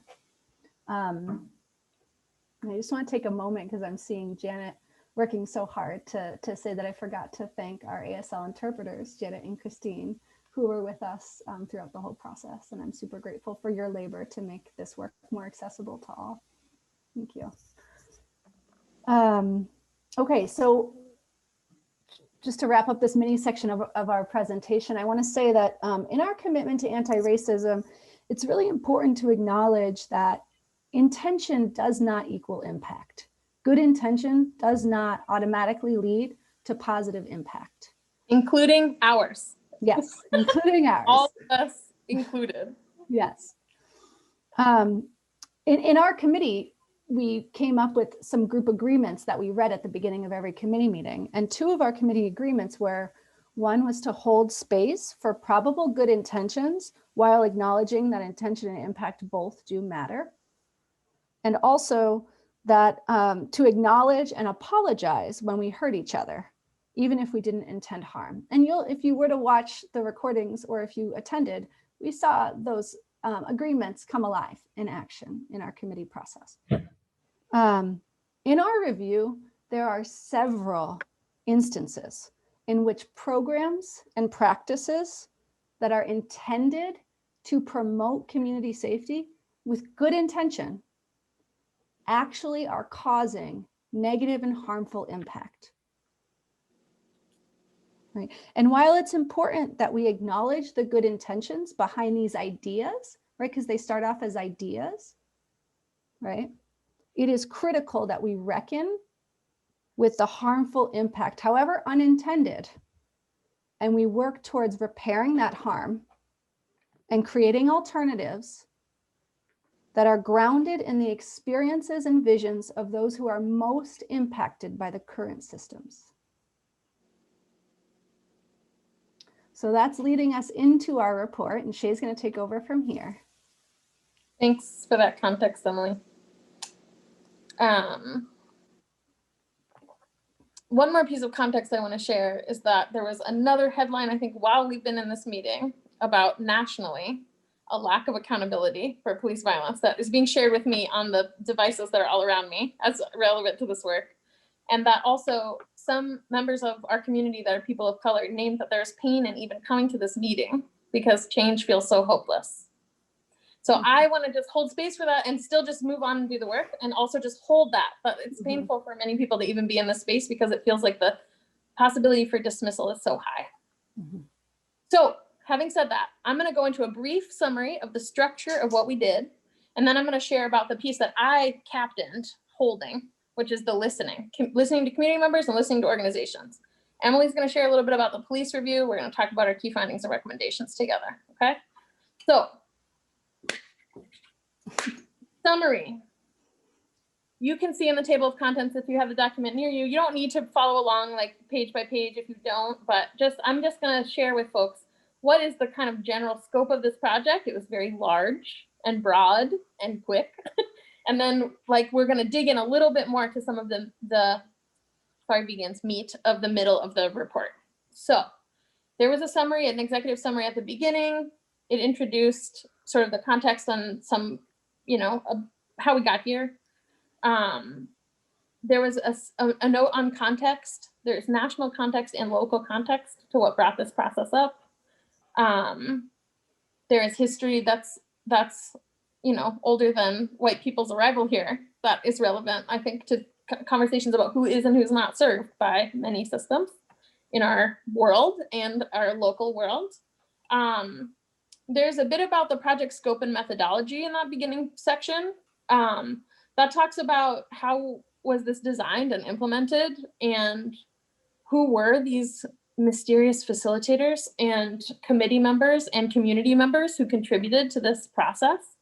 A tiny bit about Emily and my work, a little bit about the committee being formed and just the scope of the community that participated, which I'll share more about in the listening, but it was a lot of people.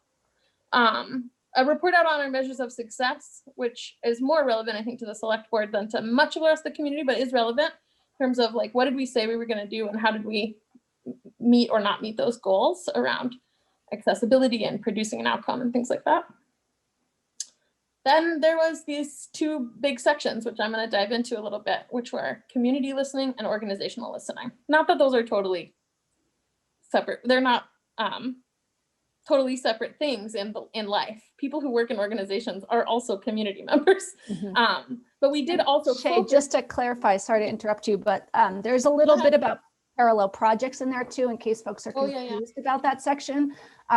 Just some other projects in town that have relevant work associated with the community safety work that we highlighted. Yeah. Right, which briefly is that there's existing work around improving fair and impartial policing policies throughout the state and locally from Migrant Justice and No Mas Polimigra. There's existing work around considering the use of firearms specifically in different aspects of policing, which is happening around the state and locally.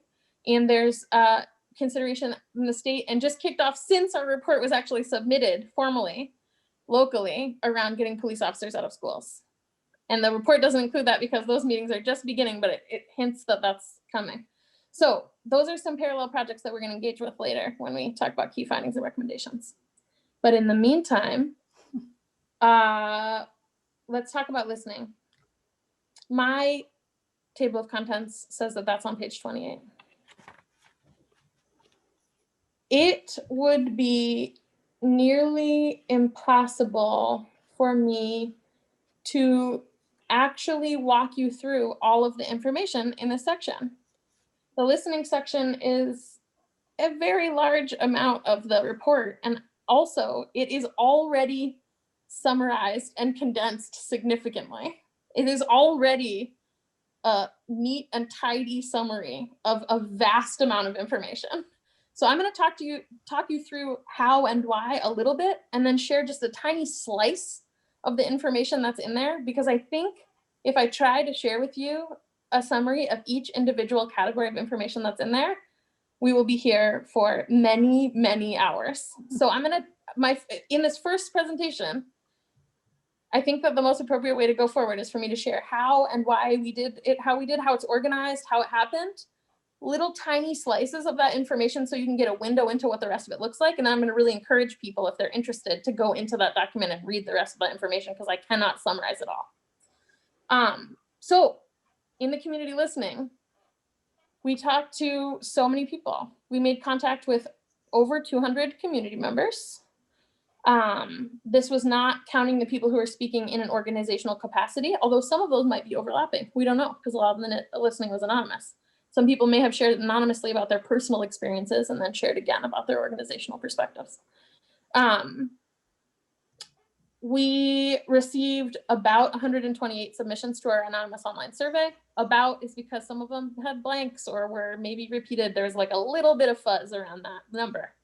And then we held a bunch of targeted listening groups with different groups of people who we thought might have more contact with these systems. We theorized. We hosted a listening session about the mental health system, co-facilitated by a member of our committee and another member of the community who are, doing work within that system and have lived experience being institutionalized in the psych system. We hosted a listening section by and for queer and trans community, where that was the facilitation team included those people and the design included those people. We hosted a listening session by and with people who have experience with DCF involvement. We hosted a listening session co-facilitated with people of color in a BIPOC space. We co-hosted a listening session with youth about youth concerns and youth experiences. And we brought on some co-facilitators from BIPOC community who did a little bit of individual supported listening, walking people through that survey or talking with people about their experiences with using the survey questions. We also asked all of these not all, but many relevant community service and support organizations to share this information with the people that they serve. And there was also an in-person session that was in development but was canceled due to stricter quarantining guidelines as we entered pandemic winter, with folks staying at the motels who had been previously homeless. And we did some outreach with Groundworks and other organizations around that, and some of their perspectives are potentially captured in this anonymous survey. But that was one, I'll talk in a moment about limitations, but that was one limitation, obviously. COVID was a profound limitation on the way that we did this work. And then also, as Emily said, we had 2 public forums and lots of submissions to our anonymous survey, and some conversations with individual community members who shared no marginalization identity and who just had concerns to share or experiences to share or just wanted to share with us. That was a large amount of the people that we spoke with. Limitations on the listening included COVID and time, basically. COVID meant that we had to listen online. We had to cultivate these spaces on the internet. We tried to use community organizations and connections to do that. But we could not go be at a shelter for the safety of all parties involved, right? To do some listening sessions. So that was a limit and may motivate further work in another context. Another limit was time. We started this project in September. We ended just as the ball was dropping on December 31st. Last minute formatting down to the home run, slide into home, bad sports metaphor. And then another concern that I just want to highlight briefly is that we were going to delegate a bit more of the listening and analysis to the committee, I think, in our original conception of this process. And a concern was brought up by an external organization who shall not be named because we're protecting everyone, even though it makes it really hard for us to communicate exactly what happened with all of you, about the ability for a specific community member to hold confidentiality based on some external communication that occurred.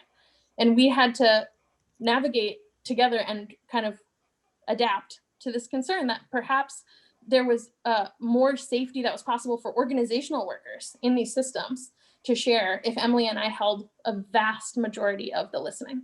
And so we adapted in that way that reduced some of the collaborativeness that was possible for the listening, while we maintained quite a lot of collaborativeness in many other parts of the work, which we'll talk about later, including the BPD review and talking about key findings and recommendations. But it meant that we held a lot of information for a lot longer than we had originally intended due to concerns from external organizations about confidentiality. The committee helped us think about key areas of inquiry. What were we trying to think about? What was the goal of how are we going to learn about this vague topic? And we decided that we were going to think about areas of strength in community safety, areas of threat in community safety, experiences with police and mental health interventions and DCF, and visions and solutions for a safer community. And within that, there were many, many questions which are in the report in that section. On page 31, starts on page 31. That were co-developed with the committee. The committee helped and largely wrote those questions. Those questions ended up being the questions of the survey and the questions that jumped off most of the conversations that we had. We organized the information by those areas of inquiry and by total respondents, and then by respondents of different identity categories. And there's I encourage you to read this section. I have a soft spot for this section of the report, but I encourage you to read this section of the report, which shares some of the limitations of identifying folks. That includes that in some listening sessions, folks did not share all their identities. In some listening sessions, there was one identity that brought a person there, and folks didn't share the other identities that they also might hold. In some spaces like public meetings, we might be able to guess a person's visible identities, which is a very complicated game that we're not interested in playing. Or we could wait for people to share parts of their identity, or some people didn't share parts of their identity at all. And in many of the surveys, people named one or several identifiers. And then throughout the narrative of their experience, maybe others came out. I also am a survivor of violence. Also, I may have said that I was mixed race, but actually I also identify as Black. So it's a very complicated landscape around identity and how we categorize that. More information about that is in the report. But what I want to say in this space is that we have heard a couple of times this urge to quantify this information from community. Well, how many people did you talk to exactly? What percentage of what kind of people did you talk to who said a certain thing? That is both not the intention of the proposal or as useful in my mind, or possible because of the way that we created this safety for people to share. So quantitative information allows you to be more precise, but qualitative information allows you to be more accurate. Actually, that's a common framework for thinking about those kinds of information. We stuck really hard in the listening to qualitative analysis. What are strong themes that came forward? What are weaker themes that came forward among total people or specific groups of people? Where is resonance or dissonance in those things? We noticed there's a really strong theme among many people who shared with us who identified as Black, that this was a threat to the community. There's some dissonance to what many respondents who named that they were white shared. We can't say 28.7% of Black people said this or this, because the way that identities were shared makes that impossible. And it's also less useful than understanding really deeply these like felt sense of themes that really came out very strongly in this work.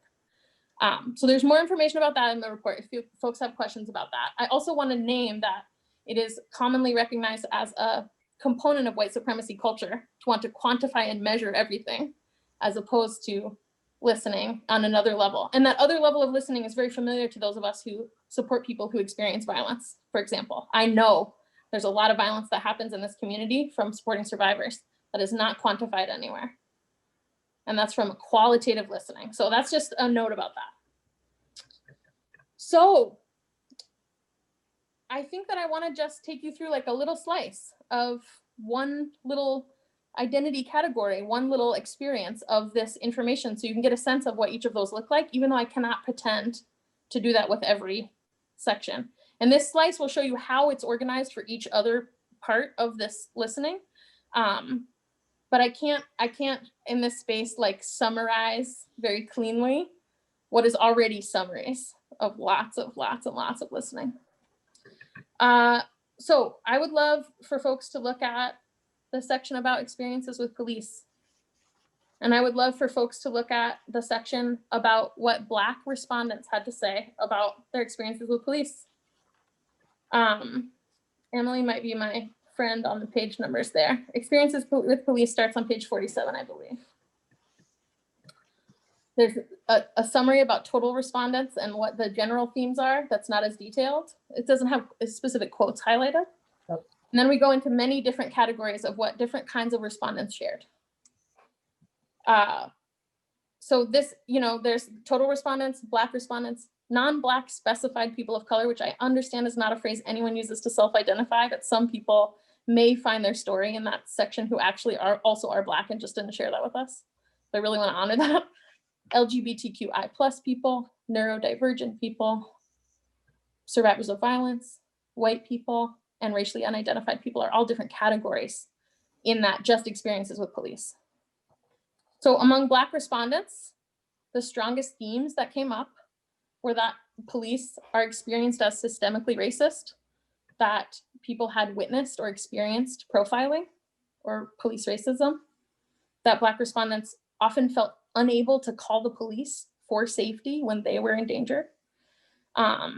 Black respondents' perspectives about threats were largely about policing and racism in the threat section, and their visions and solutions for a safer community were largely about changes to the way policing and racism happen in our community. Those are links that can link you to those other sections. A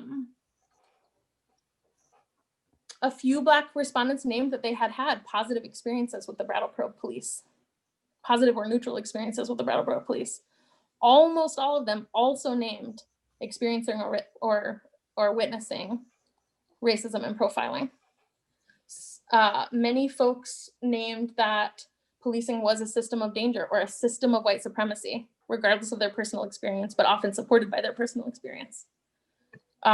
Many folks named that the historic origins of policing as a system of protection for property or as a slave catching apparatus, what still felt active to those people who were naming in their survey their experiences with police now. Many people named that they had a lot of skepticism and lack of hope about this process making change because they had felt like their attempts to make change had been dismissed many, many times before. People named processes with the complaint process around the police. People named the hoops that folks jump through to get accountability, and then accountability has not yet materialized for many of these folks. One person shared about getting pulled over on a busy intersection and having a car full of Black and brown people exit the car while they were searched fruitlessly, and what the impacts are of that on the rest of the people who witnessed that, and the perceptions about Black and brown community members from all the people who witnessed those kind of searches, which were named far more happening by people of color who shared than white people who shared. We heard lots of stories from folks about wrongful arrests and charges and mistaken identity, the police being called by a person and then criminalizing that person who called, injury, assault, violence, use of force. We heard about witnessing or experiencing police sexual violence. Much of the sexual violence that we heard people experience was elsewhere, but it impacted people's perception of safety here. And some of that witnessing happened here in Brattleboro. People shared, interrupting profiling from happening and being formally criminalized for interrupting profiling happening or interrupting wrongful arrest from happening. Hey, that's not the person you're looking for. That's my neighbor or family member, and being arrested for that interruption. And lots of people shared about this lack of accountability and this kind of this experience, making them feel unsafe utilizing the police when they needed support. Those are some of the strongest themes that came out of that listening. That's pretty intense. For many people who don't have that lived experience, that's a lot to hold.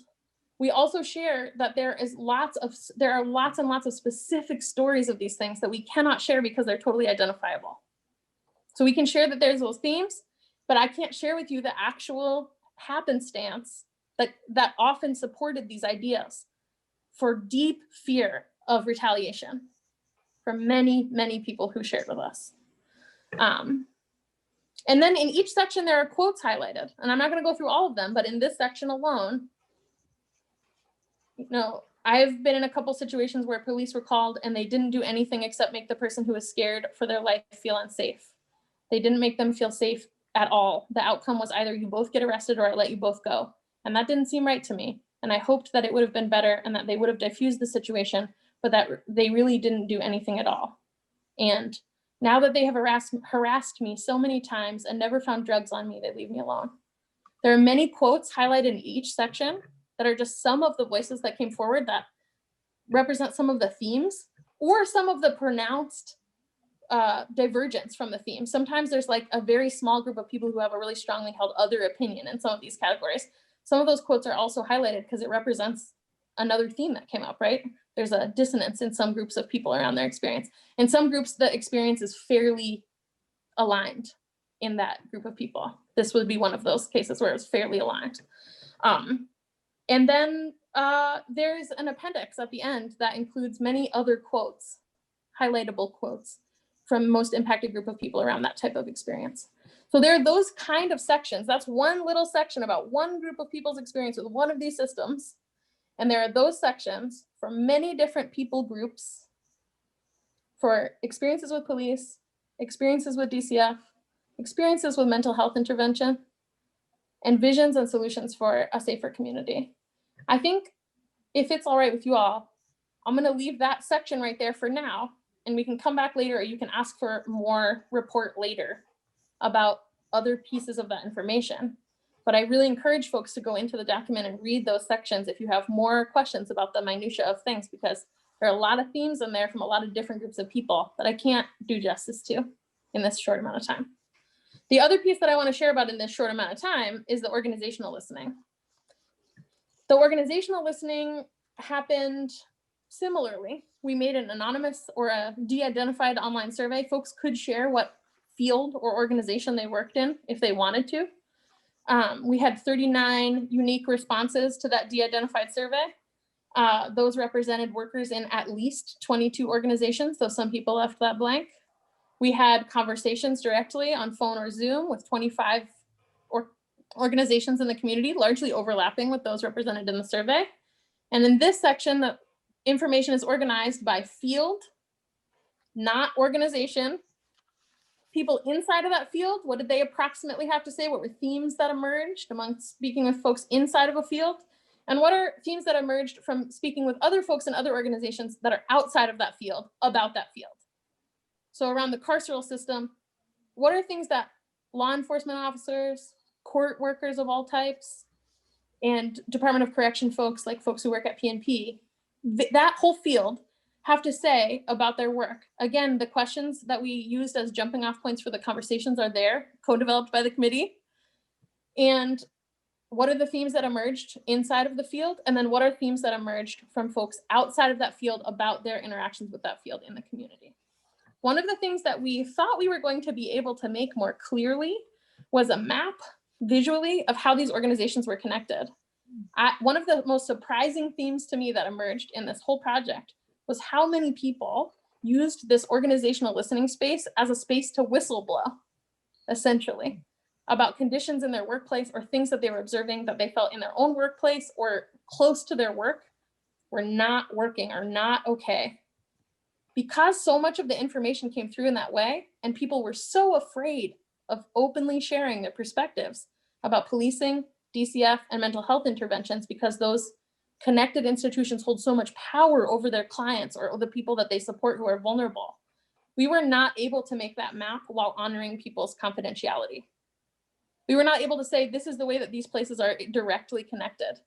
If we wanted to do further work, if somebody wanted to do further work, that was a policy analysis with the depth that Emily did, the BPD policy analysis that connects how those organizations are currently formally connected. That could be a piece of work that moves forward in the future. However, what we learned was the informal connections that people are observing are actually also very important. Lots of institutions call the police when they need support, right? They may not have an MOU, but people are perceiving who does and who does not do that in the community. And we can't suppose about that without being able to share with you who shared that with us and why, right? That would be really betraying the confidence of people at every level, from top leadership to direct support workers and custodians and everyone in between, CEOs to people who, clean on the weekends, everyone in between talking with us about their experiences of these organizations. We really had to hold that. So what we were able to map was what types of responses create what types of outcomes. And we do that, I think, in the key findings, and we also do that in the visual at the end. But I think it's self-evident throughout that certain types of interventions are really being experienced as traumatizing and harmful. and other types of interventions are being experienced as more supportive. And those happen to be generally more voluntary and less carceral responses. So that is like the biggest zoom out that I can do about the listening. It took a while.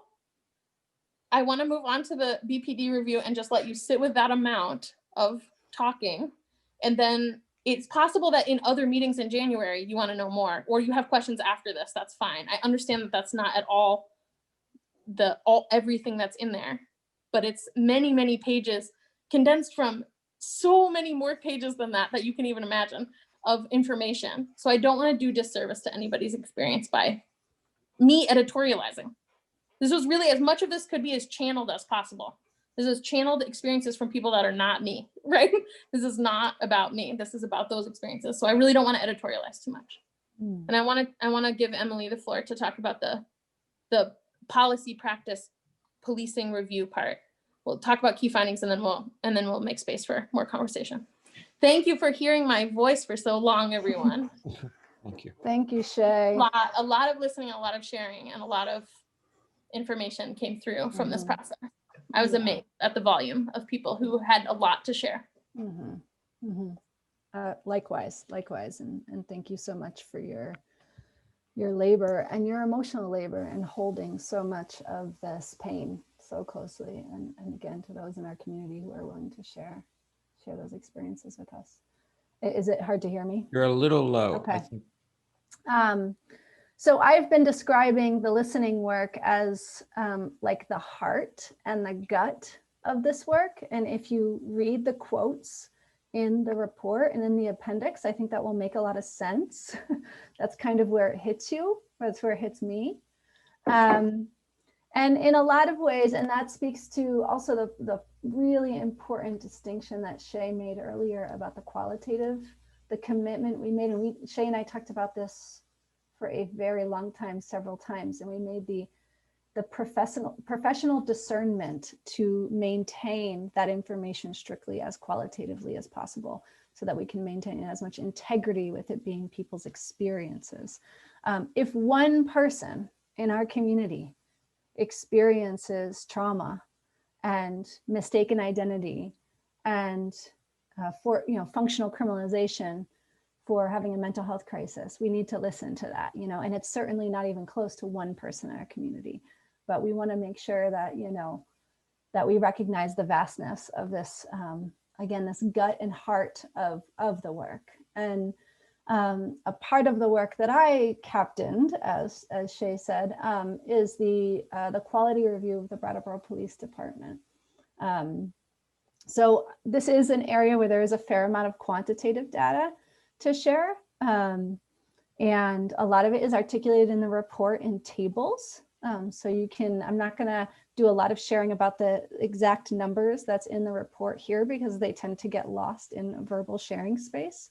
But you can certainly refer to the document for more specific information about the data.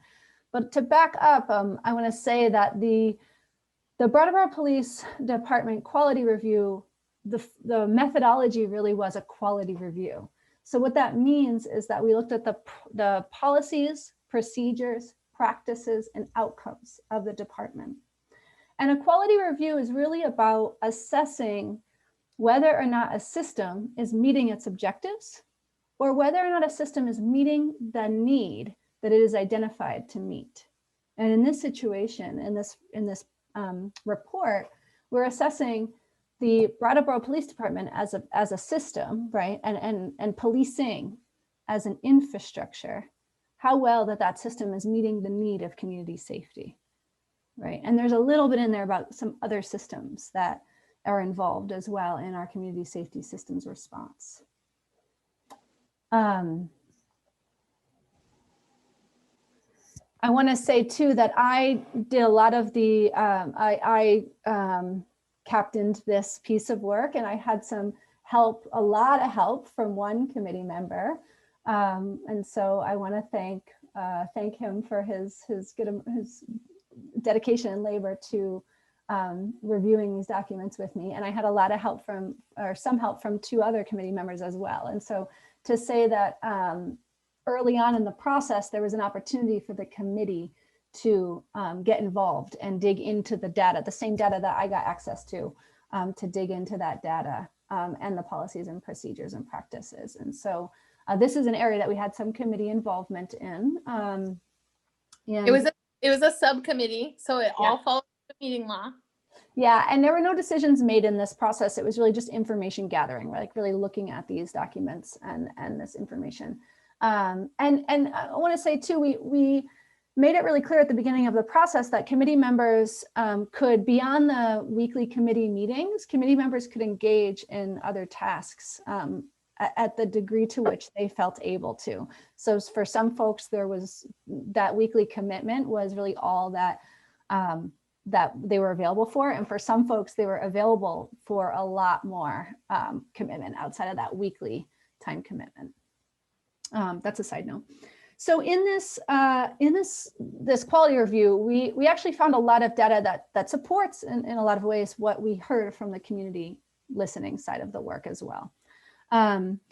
We reviewed all of the department's policies and procedures, all the job descriptions, the supervisor manual, the union contract, some practices and documents related to practices like collaboration with the Brattleboro Community Justice Center, as well as the department's approach to no trespass orders. And then we reviewed a lot of data that some department actively manages on their own, actively sort of captures the data and potentially analyzes it. And a lot of data that there was some back and forth trying, it took some time for us to figure out how to access it from the system because it's not data that's necessarily regularly reviewed or managed, if that makes sense. We also reviewed and so those pieces of the report, I'm not going to say more about in this conversation, and they're primarily really recommended. The detail in the report around the policies and procedures and our recommendations in those areas is really more directed towards the incoming police chief in terms of that scope of practice, right? Like to really look at feedback around policies and procedures, but it certainly informs the larger work that we're doing as well. So we also reviewed 2 years worth of meeting minutes from the Citizens Police Communications Committee, the CPCC, and spoke to a committee rep. I'll say a little bit more about that piece now. So we are on page 114 is what my table of contents says.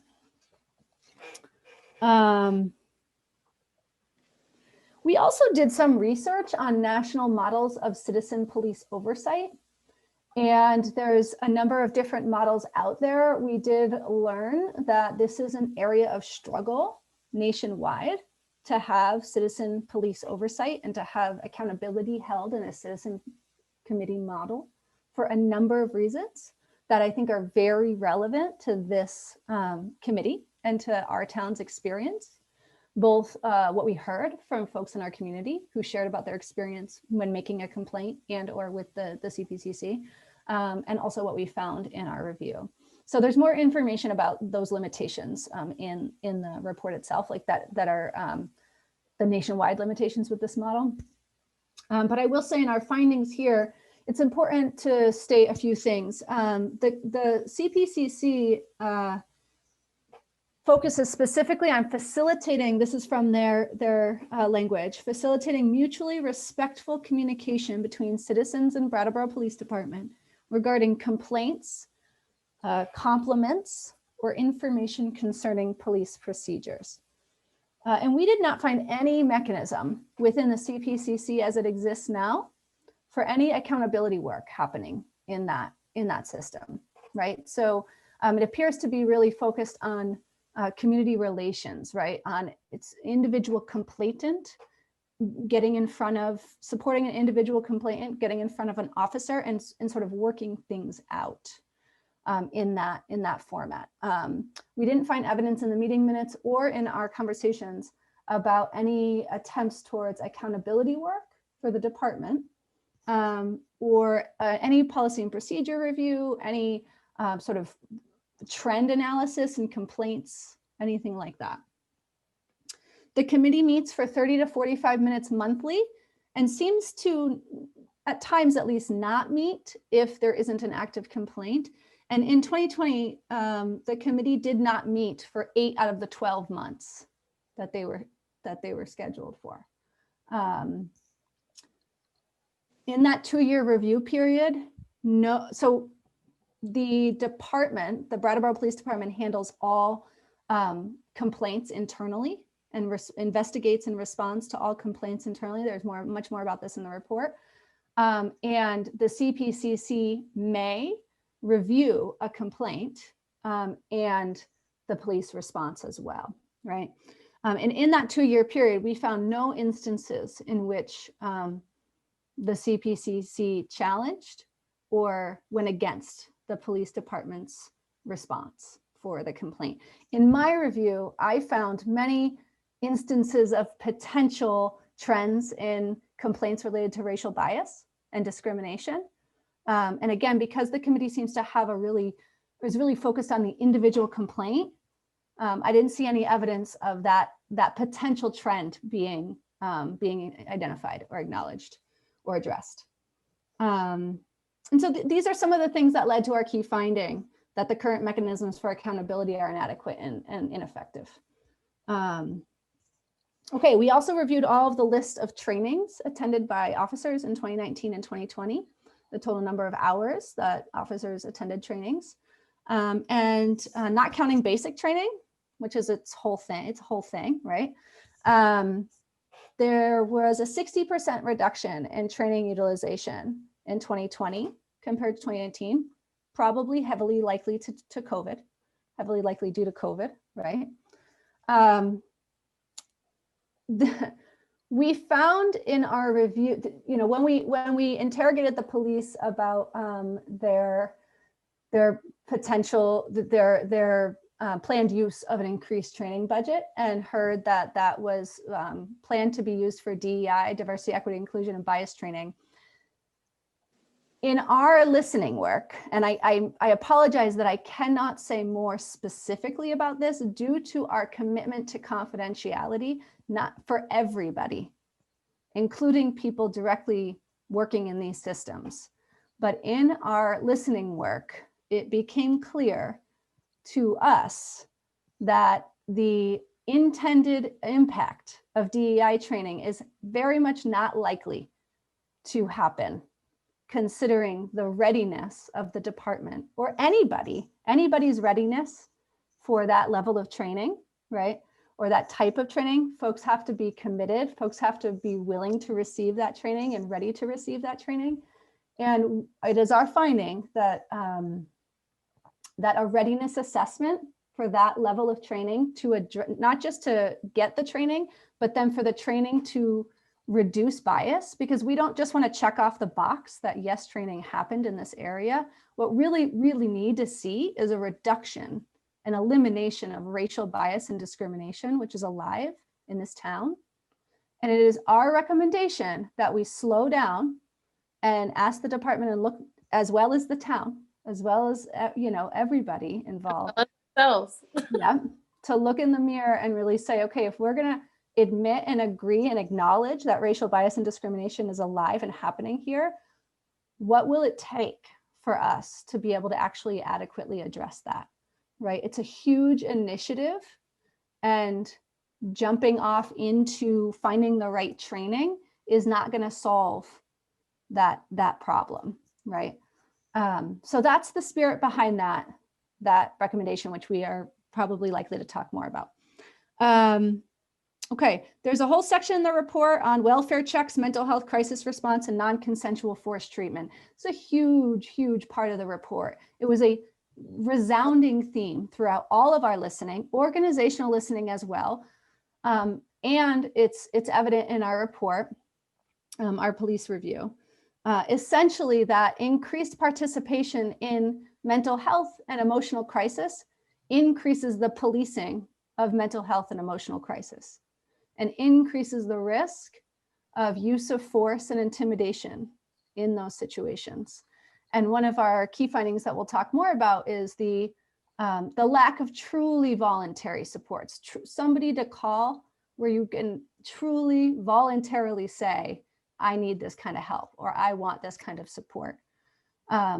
There is a fast track to involuntary treatment, which is functional incarceration, as well as use of force, which we will talk more about.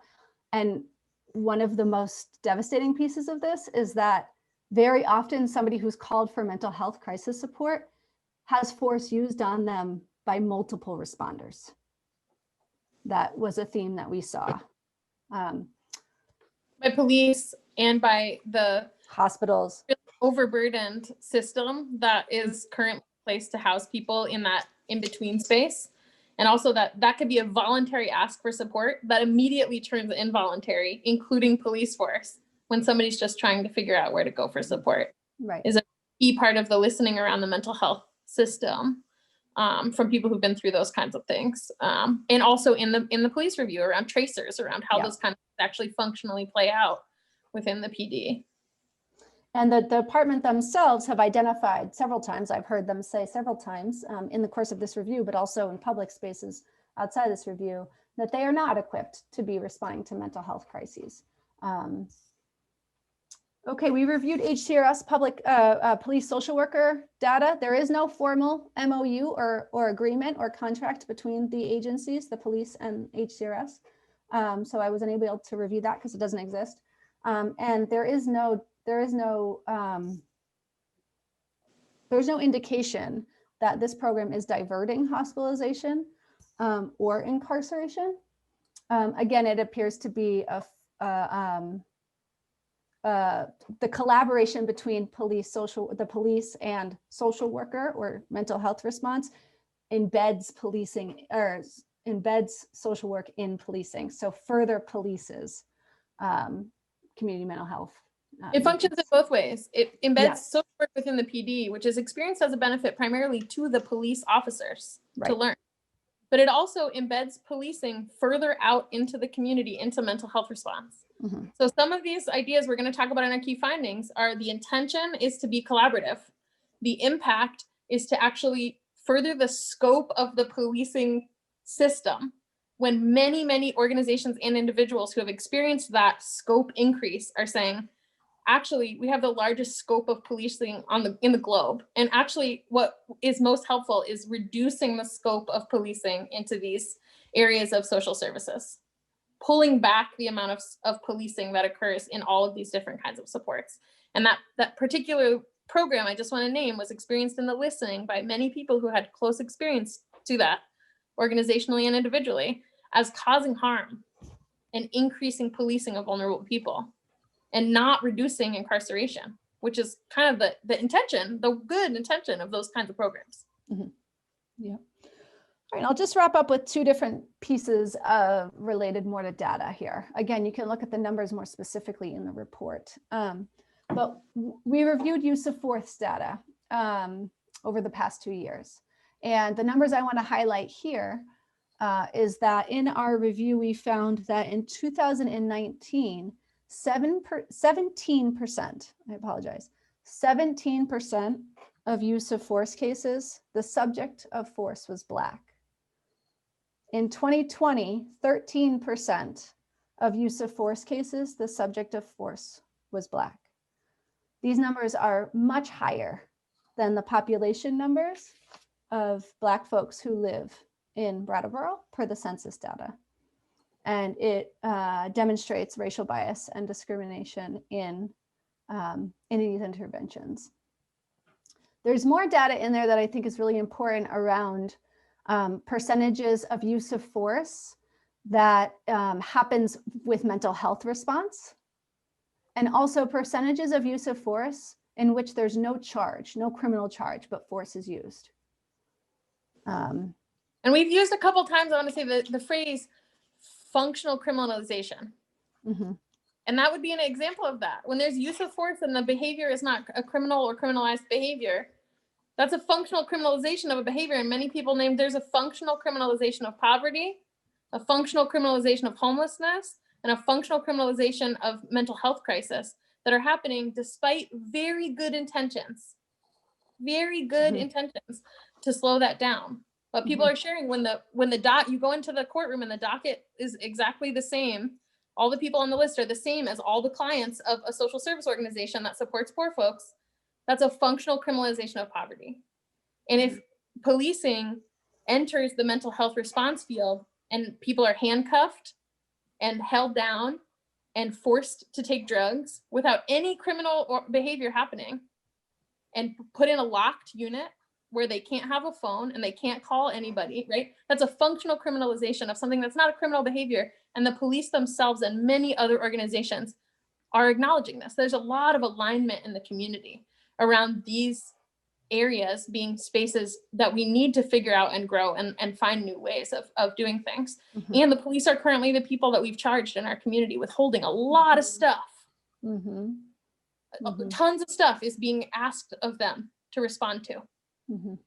So part of what we're finding is people are not experiencing that they're holding that in ways that are really healing, and that are actually sometimes. Yeah. On page 130 is the table for 2019 use of force data, and the 2020 data is on page 132.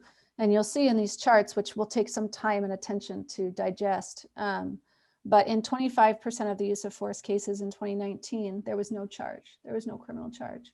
And in 23% of the use of force cases in 2020, 23%, there's no charge. It's really important to what Shay just noted too, that it's really important to acknowledge that a lot of, not all, but a lot of what the police are responding to is citizen calls for help. And it's very often not the person calling the police on themselves or for themselves for support. It's very often a citizen call or a community member calling the police on somebody else or for somebody else, right? Not necessarily for criminalized behavior, but also just they think somebody needs help, and that's the number that we have to call right now, right? Yeah, and you'll see a little bit earlier in the data on page 124, you'll see we have the 6 top offense types by percentages. So of all police contacts, the 6 most common codes that are used for those police contacts, suspicious person activity or circumstances is 16%, 15 and 16% of police activity. Next is animal problem. I love that. We live in Vermont. Sometimes Captain Kerrigan tells me it's cows. Third is agency assist, which shows you how frequently other service providers are calling the police for assistance. Sometimes that's explicitly for their ability to use force, their legal ability to use force. And some people are saying if an institution uses the police for security, I cannot use that institution of support, especially people who are marginalized, especially people of color, trans people, and people with psychiatric labels or disabilities are saying, I can't use an institution that's going to use the police.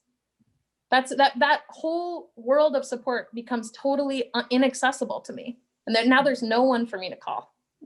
There's that level of collaboration there. 4th, we have trespassing violation. 5th is welfare check. And 6th is public speaking engagement. This is out of many, many, many codes. This is the bulk of what the police are responding to. Now, of course, it doesn't add up to the bulk percentage wise, right? But the rest of the codes make up somewhere between 1 to 4% of what the police are responding to as individual codes. You know, codes that indicate violent crime is occurring are a very small percentage of what our police department's responding to. And our arrest rate indicates as well that most of what our police is doing is not related to criminal activity. Now, what gets criminalized and what gets considered criminal activity is also very subject to racial bias and discrimination. So that's not to say that that those arrests are not subject to racial bias and discrimination as well. It's just to say that the vast majority of what the police are doing is not necessarily related to criminal activity. Some of that non-arrest quote unquote activity is probably related to arrests, like investigations, right? Or related to crimes, investigating crimes, right? But it's still fair to say that the majority of what's happening is not criminal. Okay, So we did something called a tracer, which is essentially a method of review where you get all the documentation related to a specific case and you follow it chronologically. What happened next? What happened next? Then what happened? To essentially illustrate, it's not about that individual case. It's just about illustrating how these responses manifest. And we did that with use of force. I did 16 tracers on use of force cases. Specifically sampling from cases that had where the subject was Black, or where there was no charge, no arrest happened, or where the call type was a mental health call, right? And in this section of the report, which starts on page 113, there's a number of considerations drawn specifically from these tracers, like reviewing the officer's documentation of the use of force incident. There's some really concerning stuff in here. Some of the strengths are that we have not had an officer use a firearm in 2 years.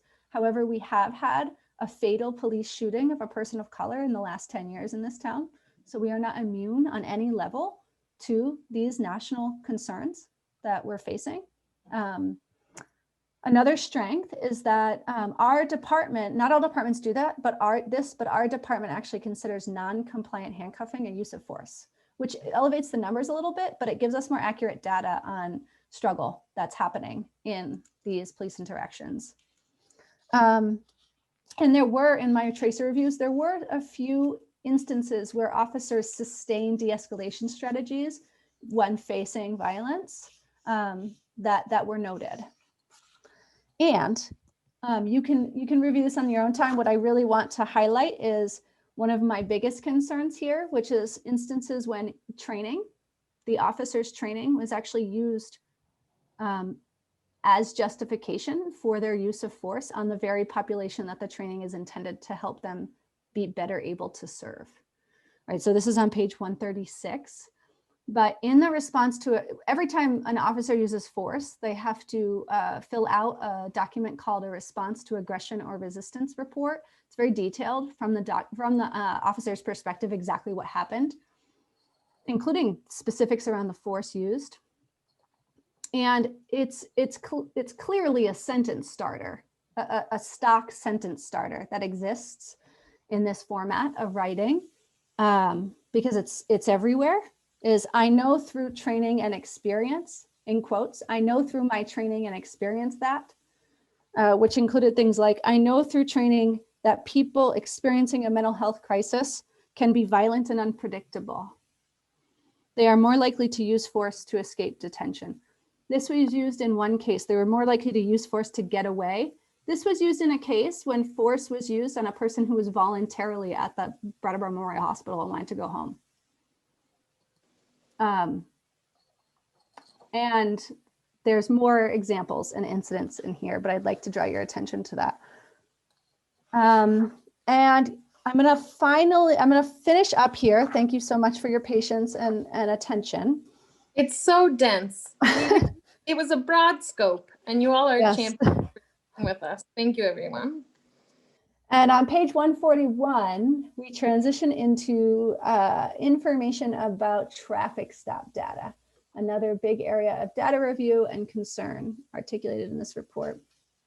There's some information about the department's policy. There's some of the department's numbers on traffic stops. And then there's a section about the racial disparities in traffic stops study that was done by Stephanie Seguino from the University of Vermont on traffic stops between 2014 and 2019, done all over the state. And there's one specifically for Brattleboro. And when I spoke with Stephanie, she described Brattleboro to be about the worst.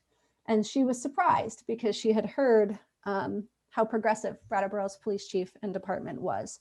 And it felt dissonant with the data that she had reviewed. She is available and willing to talk to the police chief, has yet to been able to connect with the police department, is also available and willing to connect with y'all.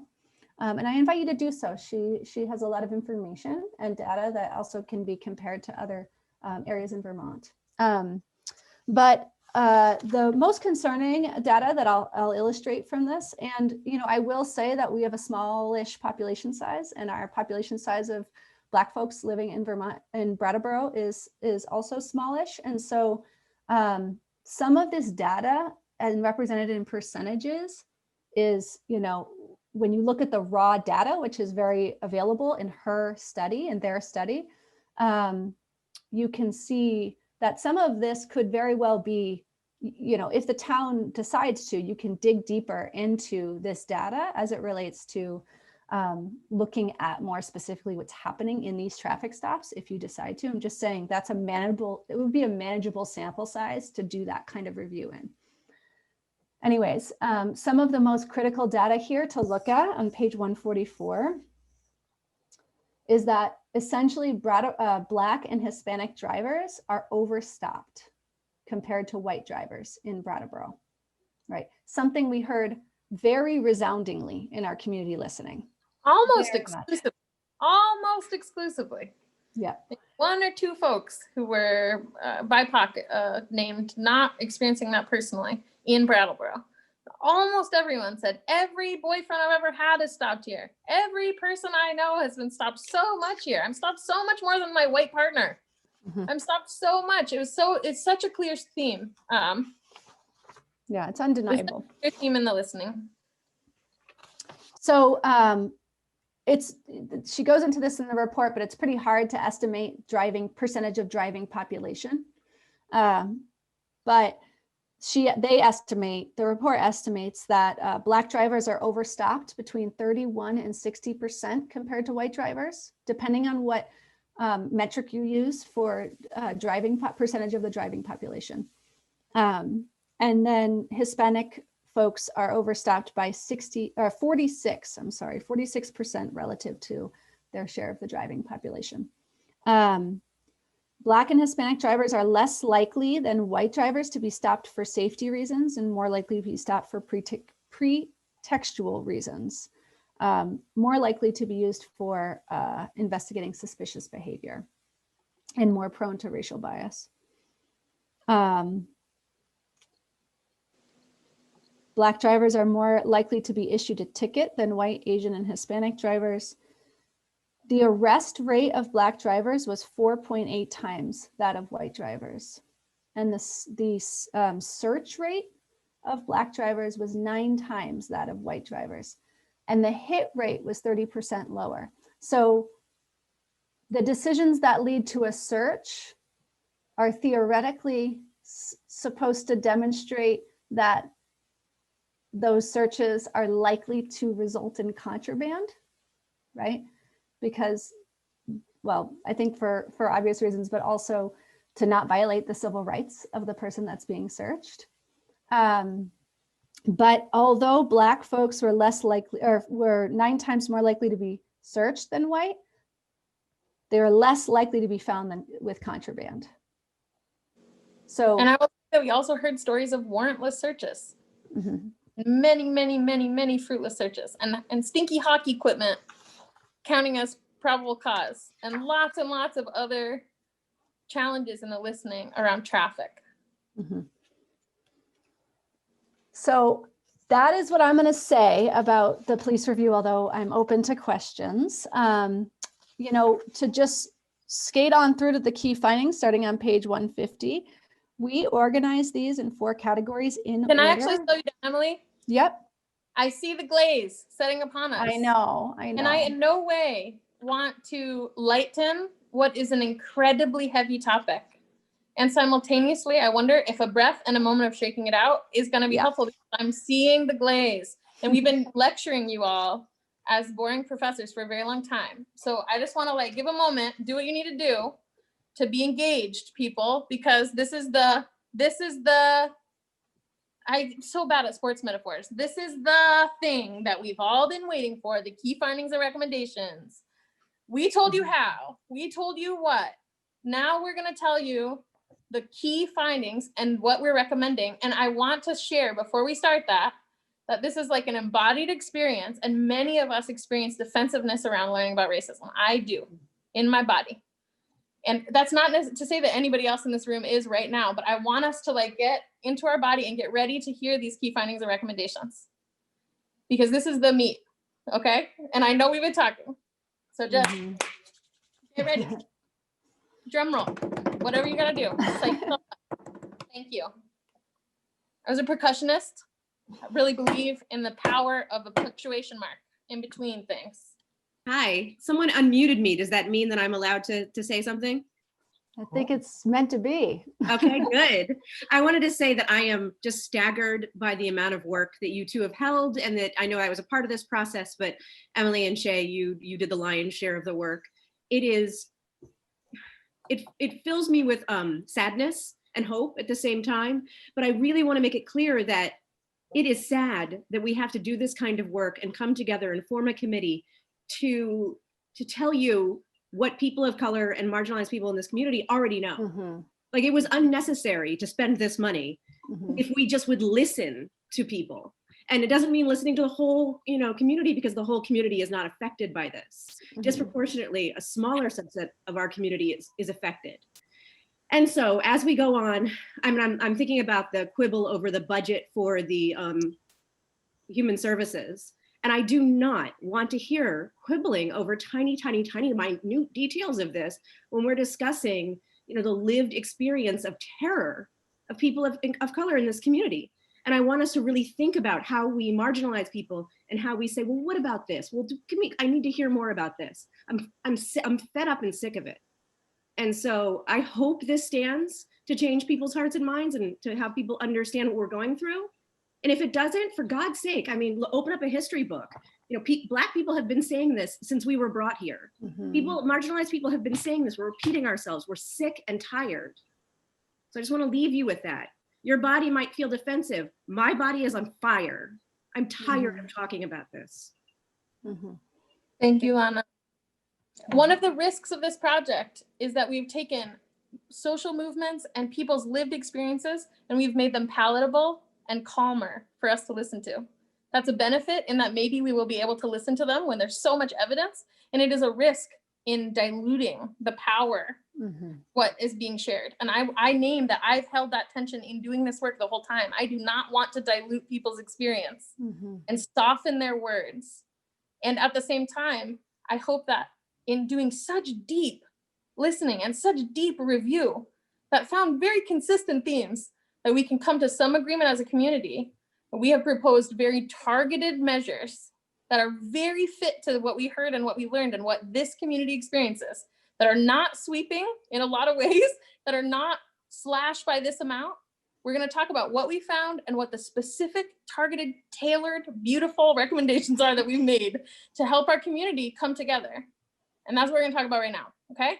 I don't think you have to worry that it's been diluted or devoid of emotion. My actual glaze right now is I'm having a hard time moving on to findings while I'm trying to digest the trauma. That's so real.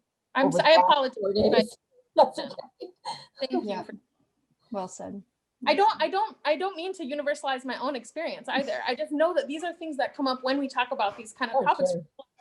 And it doesn't mean any of you are having any single thread of feeling. I can never understand what's going on for other people, but I know it's hard to intake so much at once. That's what I know. Okay. Our 4 areas of findings and recommendations are acknowledge. Go ahead. Nope. I just want to say these areas are in order for some reasons that I think will illustrate. The numbers are wrong on page 150. I know. I'm sad. Copied it from another list, so it made the consecutive thing. But the number 1, not number 5, is acknowledge and reckon with harm caused. As we listen to these pains that are shared very consistently by people who have been harmed, a lot of what we heard was, we have to reckon with this or we can't change it. If we never hear that anybody agrees that this is happening, how can we make change? We can't give more money to making change if we don't even acknowledge that this is happening, right? Increase accountability. We'll talk more about that, about why, but increasing accountability will help with many aspects, I think, of what's going on. Meeting people's basic needs and building up alternatives to policing and police-like safety response is what's been asked by many, many different marginalized communities and a huge majority of the people there within. and reduce police presence and the role of policing. And we'll talk about the very specific ways that we're proposing doing that first in areas that are of greater alignment in our community. So we have a timeline that is just our proposal of a way to orient around the magnitude of this life's work that we all have to do to make change. That includes stuff that we could start right now, if we agree, stuff that we could start next budget season, stuff that we could do maybe in the next couple of years, and then like horizontal changes that we might want to make sure that our reforms are headed toward eventually in a long-term way, but maybe aren't able to achieve right now. We're honored that there's a lot of building and growing and learning that's going to have to happen on the way to the horizons that many community members share a vision of. And I want to read the headers of these, the bold section of these things, and know if you're following along at home, this is on page 150. The document can be found on brattleboro.org. And these are just the bold areas of our key findings. Is that okay, Emily? Yeah, go. There. Acknowledge and reckon with the harm caused.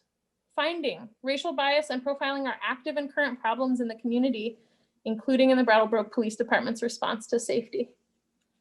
There's much evidence there within. We don't need to go into all of it because you've heard us talk a lot, but I encourage you to read along. Finding police participation and other involuntary interventions in mental, emotional, and spiritual health crisis response is ineffective and often harmful for many community members. It's of note that many people used the word torture to describe their experience, and I had a lot of internal dialogue about how liable I was going to be for using that word, but it's channeled from the mouths of the people who've experienced that. Finding Department of Children and Families response to risk to youth often cause intergenerational trauma and do not address the root causes of unsafety for children. Lots and lots of sharing from people of color and poor folks about how a middle-class white person got paid to take care of their child when the root cause of danger in their life was poverty, et cetera, et cetera. It's in the listening and it's in the report. There's lots of evidence here within. Some community members expect more of the police than is safe for others. While many white people and racially unidentified people named that they acknowledged some of the harm that was happening, many others suggested that police should permanently lock up someone for drug use, permanently lock up somebody for rifling through a car, ostracize those people from community forever. Why are they dealing with these people and getting them out of here? That's not safe for other people, and it's not a way that's actually going to transform those challenges in our community. Recommendations, there are many recommendations. Seriously, thoughtfully, and immediately and ongoingly consider what is here in this report. The experiences, data, findings, and recommendations. Start immediately. Publicly acknowledge and accept experiences of racism, discrimination, intimidation, fear, terror, and harm detailed in the report in our public forums, the transcripts of which can be found in the appendices, and in our community. Publicly commit as a town, including the select board, to acknowledge and address systemic racism and or white supremacy, ableism and saneism, homophobic and transphobic discrimination, and classism in an ongoing way. Start immediately. Operationalize this commitment in our budgets, time commitments, work tasks, and as part of the town's ongoing regular practices, year in and year out, to avoid a return to business as usual, which is hurting people. You want to take the next one, Emily? Or do you want me to keep talking? Yeah, I'll do the next one. So our second, you'll note that all of those recommendations are immediate because, as Shay said, we cannot do accountability work without acknowledging harm first or simultaneously. So increasing accountability is our next category of findings and recommendations. The findings are, first finding, the current mechanisms for external review, accountability, or community control of the police department are scarce, inadequate, and ineffective. Lots of information there within about the CPC, about ways people have tried to get change to happen, et cetera. People's experiences, yep. And lack of external, the degree to which how much the department itself is responsible for review and accountability. There is little or no accountability around the impact of diversity and inclusion and implicit bias training on the communities that experience the most policing. So again, the information further illustrated in here shows us how clearly racial bias and discrimination is a part of people's experience in our town. That's undisputable. And how we aren't going to solve this by checking off a box of 9 hours of DEI training, right? This is embedded. This is deeply cultural. For you know, it's the air we breathe. It is the water we swim in. And there's not a perfect silver bullet training. Right. Going to solve it. We need to do other also deeper work. And I will name, as a person who's worked in supporting survivors and in the domestic violence field and in accountability work in my life, that I do a lot of training. What I've seen be effective is accountability between police departments and the communities and advocates of those communities, building relationships over time, and then training with that, on top of that accountability relationship. And I think some of the things that we see here in this increased accountability finding and in the recommendations there within illuminate the need for that relationship building. Right. And accountability to the communities that the trainings are supposed to be serving, right?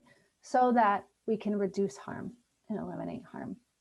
Right? Looking for the perfect training is an externally focused solution. We're recommending a mirror, an internally focused response to acknowledging the degree of racial bias and discrimination that plagues not just our police department, but our town and our community. We all have to look at that. But our police department are armed with deadly weapons. And so the accountability needs to be higher. The accountability recommendations, did we say that, are improved data integrity and collection of data in several areas, disband the CPCC, and hold a process centering and compensating people of color leadership to determine the best mechanisms of systemic accountability. There is dissonance in this area. I want to tell you all, this is not something everyone agrees on. A lot of people agree that the CPCC is not working in the system and outside the system. Emily was naming this earlier, what community control of police looks like is argued even amongst people who believe in full abolishment of the police, even amongst people who are like very far out in reform. There's a lot of juice in that dialogue that will need to be explored, centering the people who experience these things the most. Suspend use of paid administrative leave for police under investigations of acts of harm and for police who are charged with a violent crime through change in policy. Withhold pensions and do not rehire police who are involved in excessive force violations. We did some preliminary research. I think even in the union contract, many of these things are totally doable, and we can do more research together as a community, but these should be recommendations that are under the jurisdiction of the department. Freeze the increase to the training budget. Don't take away the existing training money. Freeze the increase, the very large increase that's suggested, and focus on effective and efficient utilization of training and the training budget. In preparing this training plan, include an assessment of each supervisor and officer training needs, the levels of receptivity and readiness, and paid consultation with local content experts from impacted communities to develop accountable and effective training plans with demonstrable and measurable outcomes. And there's a sub point here that I think is really important. Avoid trainings that local content experts with lived experience have named are harmful, which are happening throughout the community. This could be a recommendation for many organizations. And connect with and pay well local content experts with lived experience from impacted communities to help develop these trainings and inform training choice and implementation. If these groups will not work with police, determine why. Begin the long arc of reparation of those relationships, some of which cannot yet happen because of the unacknowledged harm. This begins with acknowledging harm, ending harm, taking responsibility, and not more meet and greets, which were named as harmful to the most impacted people. Those are alienating to people who experience police violence. To have that be the solution to community connection, coffee. Not aiming for accountability through coffee, aiming through acknowledging harm, ending that harm, taking responsibility, doing deep work together. and see what local options might emerge if folks cannot yet work together, which some folks named in the community. We can work with institutions that acknowledge the history between us. The third area of key findings and recommendations is meet people's basic needs and build up alternatives to police and police-like safety responses. The finding is that there's a severe lack of truly voluntary support available related to mental health, substance abuse, addiction, parenting, and child protection. Almost all of the supports that exist right now have a risk of becoming policed or criminalized within them that makes those totally unusable for lots of marginalized people who feel a lot of danger with the police. There's lots of evidence there within. Finding consistently across all areas of listening for all groups of people. Poverty, homelessness, lack of belonging, lack of ability to meet basic needs were named as the largest threats to our community's safety and well-being, in addition to systemic racism by many groups of people. Voluntary support, mutual aid, projects led by marginalized people, and basic needs like safe housing and good food and places of belonging and connection are recognized as the biggest current safety needs in the community. And the things that if we help support, will support the safety of everyone. Many things there within. And then our recommendations. Emily, you want to take over? Sure. So our recommendations for meeting people's basic needs and building up alternatives to policing and police-like safety responses are to prioritize spending on safe housing for all, food shelves, free meals, community gardens, land trusts that allow marginalized people to take ownership of food production for their own communities, and spaces for belonging and connection in neighborhoods for all community members, centering those most in need. And we recommend that you do this starting in the next budget cycle. And this is relevant to the earlier conversation we were talking about the communities and the town's responsibility to those human service organizations and what it is that they support. Invest resources in new and existing programs that respondents identified as the most helpful to their safety, such as mutual aid support networks, BIPOC-run programs, local organizations that provide voluntary support, and places for belonging and connection that are decoupled from policing. Again, we recommend you start doing that in the next budget cycle and ongoingly.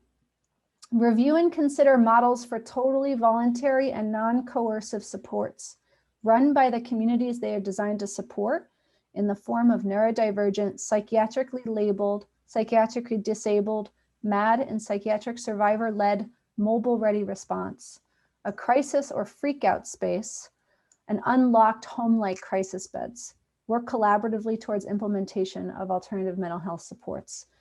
This is literally in order to unburden our police, a town-funded institution, from one of our bigger safety needs in town. And unburden a very statistically and actually overburdened ER system. Yes. From housing about double the national average rate of mental health patients in a space that is not working for doctors, nurses, or patients. Mm-hmm. And there's several footnotes throughout the whole report that you can read more that includes some links to other communities' responses to these kinds of things. This exists and it can run through dispatch or not. There's pros and cons to both. There's a whole appendix that has a Yes. document that's just models and possible solutions that was sent to us by mental health advocates. Yeah, that are town supported. Invest in community sponsored mutual aid and sharing. And invest in restorative justice practices at all levels, especially at the neighborhood level, right? That suspicious activity being the highest offense code, the highest, most common code used in police activity, you know, resourcing our neighborhoods with people and strategies and skills to be able to deal with citizen disputes and neighborly conflicts and things like that, that we currently, you know, many people named, they call the police because there's no one else to call. You know, they want someone else to call. And the next recommendation is similar. Review and consider models for neighborhood and community de-escalation training, holding space for people, directly supporting those in distress, not outsourcing and training people to call in authorities necessarily. Can we hold space for some of these things directly and not call in the police every time? Again, this might lower the burden on many of these overburdened systems while increasing our whole community's capacity to support each other in less criminalizing ways. Yeah. I did a drawing to process this very heavy project. I've been drawing a lot. I'm an artist. And it was a person, and there was one big blue guy in the corner, and then there was lots of little pink guys in the other corner, and the person in the middle was pink as well. If we support all these other pink guys in having a little bit more skill around dealing with some stuff, then the big blue guy that includes cells and locked wards is not the only response that we have available to us. Maybe a little bit more of that could be housed in this other area, right? And that a little bit less of that could go just directly to the cell and the locked ward and the handcuffs for things that we may be able to build capacity around responding to. This was asked for by many, many marginalized people. Yes. We are very close to done here. I do want to take a moment, as is written in the report, to acknowledge that the idea of alternatives to policing, because police is not a safe response for these many different areas of community need, is not new, and it's not ours. Communities of color, queer and trans communities have been relying on alternatives ever since the beginning of time. I think while many of us white folks are starting to reckon with just the historical and present day harms that are perpetuated by policing and police-like safety responses, marginalized communities have known this forever, as Lana spoke to, and have been creating and self-directing their own alternatives since before policing was even created. And these alternatives have largely remained unfunded and unsupported. This idea that the police department has to stay fully funded, that's an idea that we created, right? That police are the only response to safety. It can be uncreated. And also one of the things in the organizational listening, I know we're adding a lot, we're almost done, is that people inside of the carceral system acknowledge the need to reduce the scope of policing, but did not acknowledge the need to reduce the budget. People outside of the carceral system agreed that we need to reduce the scope of policing and also had lots of ideas about the budget and about what programs we could take and where money could go. It's notable that there's a lot of agreement that we need to take some of these tasks away. Right. Some of the money that goes with it may need to go in order to better fund these totally underfunded alternatives. Yeah. Okay. So our final area of findings and recommendation is reduce police presence and the role of policing. So this says one finding, which is that those respondents most impacted by policing want reduced police presence with their communities, not community policing, not meet and greets, not police in schools, which puts the onus of trust building on the wrong party. Okay, and our recommendations are to continue Brattleboro's commitment to refuse militarized equipment, to continue Brattleboro PD's commitment to fair and impartial policing, and to strengthen that commitment by adopting no mas polymigras, thank you, no mas polymigras, fair and impartial policing policy, which limits police contact with ICE. The recommendations to the changes in the policy specifically are listed and are really detailed. So I'm not going to read them now, but you can see them on page 165, and there's specific changes to policy to improve and strengthen this policy to ensure the safety of migrant and immigrant communities in Brattleboro. To deeply review project care impact and outcomes, there's very little data to review, and we need to actually not just ride on the fact that this is a well-intentioned idea, but get to know the actual outcomes and do a quality review of the system, but we can't because we don't have very much data. Right. And we're making a recommendation to transition that project's funding and oversight to COSU, which has more structures for accountability and oversight. This is supported by our listening by this system. Is developed straight from our listening to organizations directly involved in that program. In that system. In that system, yeah. Yeah. Increase accountability around harm and effectiveness and inefficiency of use of police resources for traffic stops. Analyze the racial disparities data further. Consider steps to decouple traffic safety management from the police. This will reduce officer workload and can look like the development of a non-police unarmed traffic safety management division. This is happening in other areas, being discussed in other areas. And we have links to that in our report. Eliminate the police social worker liaison program and use the funding, which we know is not town funding. This is a recommendation in our report, but we know it's not town funding, to invest in non-coercive supports as alternatives to police and police-like interventions. Work to decouple police from welfare checks, and work towards the alternatives listed above that do not use force, coercion, or incarceration, psychiatric incarceration to support individual and community mental health and wellness. This will reduce officer workload. Reduce and work towards eliminating public relations and community policing initiatives, such as public speaking engagements, which disproportionately alienate marginalized people and do not create safety. This will reduce officer workload. Public safety engagements or public community engagements was the 6th highest code used by the officers. And this would include removing a community engagement quota, which it currently exists for the officers. Disarm police for non-responsive tasks like community speaking, meetings, and community events, and work towards adopting Brattleboro Common Sense's safe policing policy and review the impact and outcomes of that approach. Decouple responses to animal problems from the police. Commit to no more budget increases for policing beyond a cost of living increase.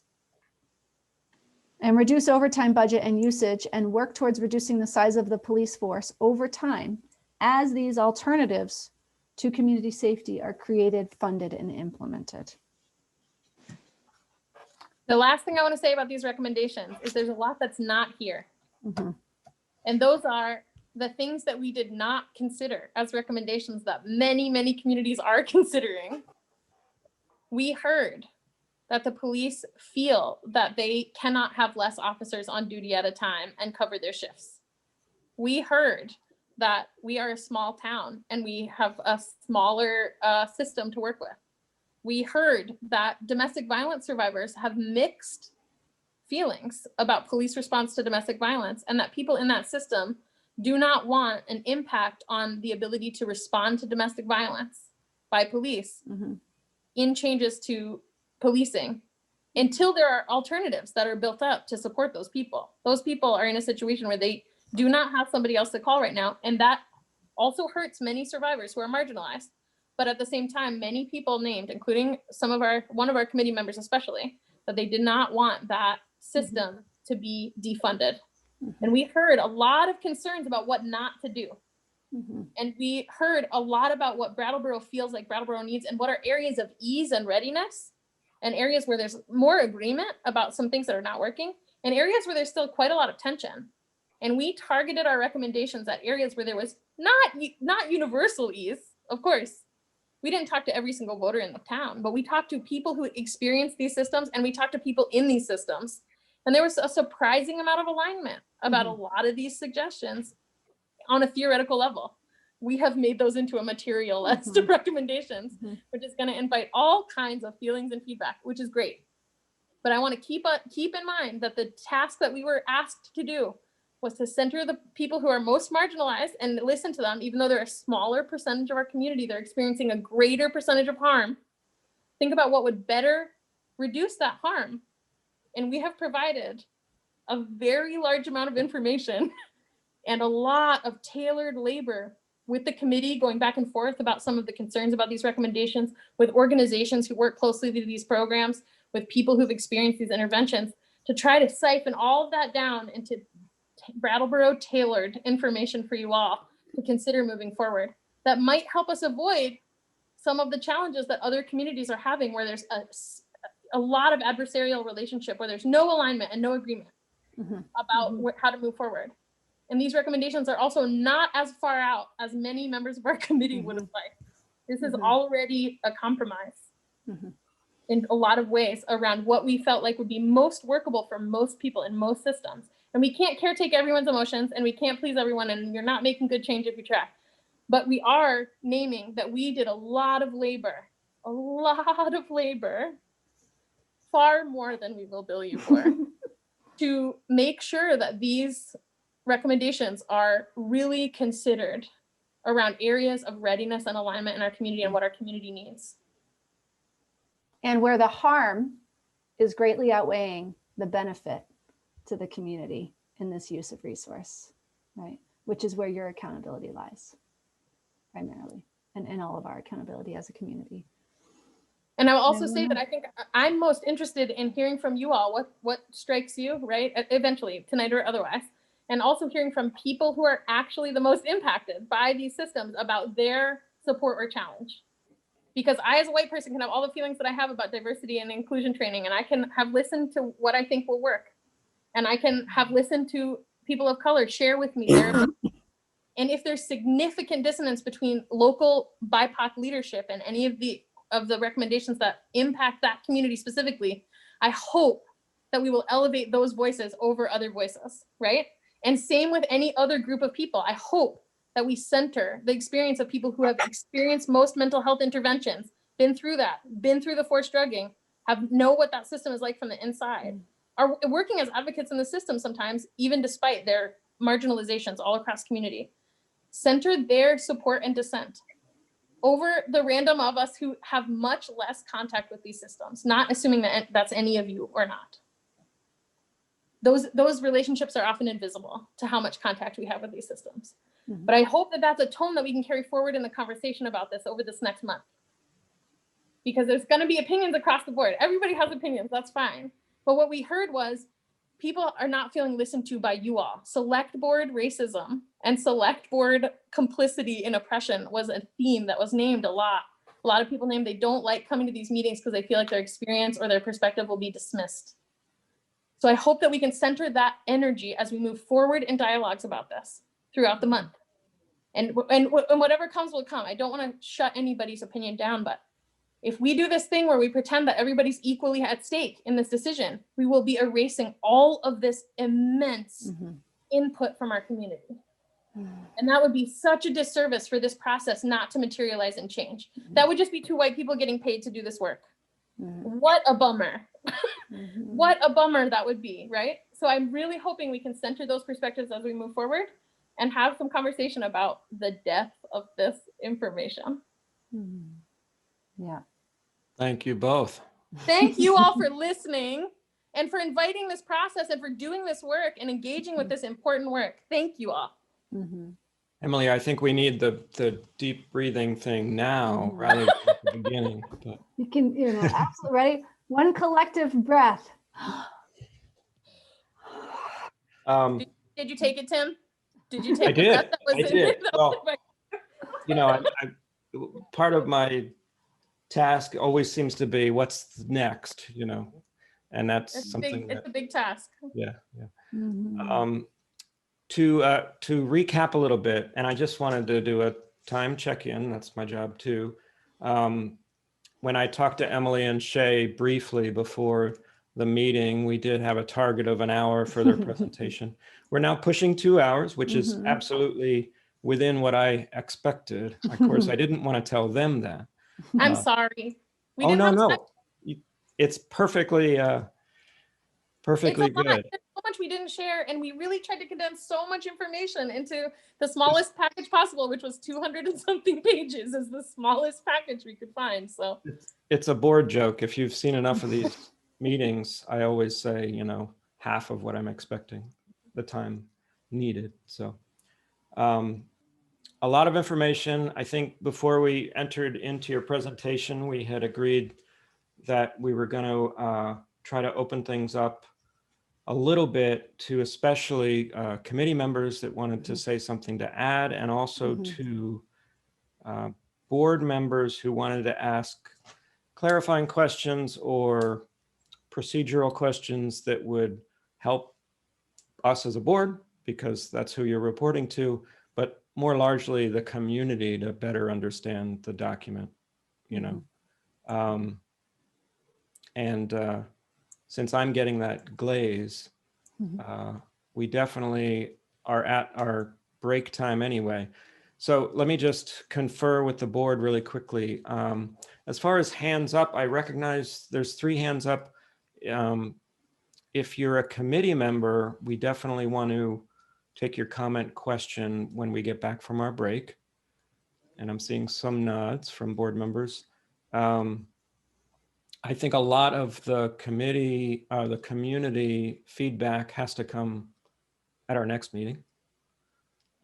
because frankly, we all need a little bit of time to digest some of this, I think. A lot of people are only really scratching the surface of this tonight, so I don't think it would be fair to get into a real heavy duty, deep discussion anyway, even if we had the energy. So what does everybody think about that rambling on of my own? Good? Okay, so we are gonna go, I'll figure out, you can leave hands up for now, whether you're, whoever you are with your hand up, and we'll figure that out when we get back. And it's 9:58 now, so if we could go to, do people need 15? Yeah, Liz is nodding. Ian is giving me, Daniel wants to go 10. Okay, well, let's give it a long 10. So that would take us to 10:10. Shake it out, everybody. Wiggle, wiggle. That's right. Stick with us. Thanks for tuning in. Welcome back, everybody. Okay, so just a little bit of visual business. Just a reminder, I'm trying to keep this to 9 squares so that if we will have the presenters, oh wait, Shay's not with us, right? So Shay is welcome since Emily is with us. And Lana, if another board committee member wants to jump on, would you mind jumping off? We can either do that for you or you can voluntarily doing it. Hi, Shay. I don't know if it's appropriate, but I'm happy to turn my video off. You'll know what I look like. You know, I don't think it's appropriate because it seems like we can't see reactions. And I think Shay and I'll speak for me. I'm happy to have my video off while committee members speak. I don't think there's any need for me to be on. There are at least 3 committee members who are around right now. Okay. Kaz DeWolf, Laura Stamus, and Lana Dever, at least. I'm sorry if I missed you, everyone. I haven't done a check in a minute. We've got other committee members in the room, not with their hands up though. Right. And I would say that Emily and I can raise our hands, our digital hands, if we need to clarify anything. And I would love the opportunity, if any points of process come up that need clarity, to be able to add that, but we can seed the video in lieu of that happily. Okay, well, let's see what happens. And then if you feel like you'd like to jump off and then you can't get back on, we just send you that little invite. It's not a big deal. But I just want to remind everybody that I think we were under pretty full consensus agreement that the board, at least, we're going to use our remaining time, let's put it that way, for clarifying questions, things that will help us better understand your report, and those questions could be directed to either the facilitators or the committee members. Does that sound about right, board members? And then, you know, maybe take a couple comments, but I'm not sure how much energy or time we would have for that from regular old important people that are watching. So Joe Public. Yeah. Well, I read your thing about citizens, and so it's made me sensitive to that. Residents. So I'm doing that old white guy tiptoeing around language thing, which is healthy. You're not that old. Well, okay. I'm second oldest, right? Right, Liz? Yes.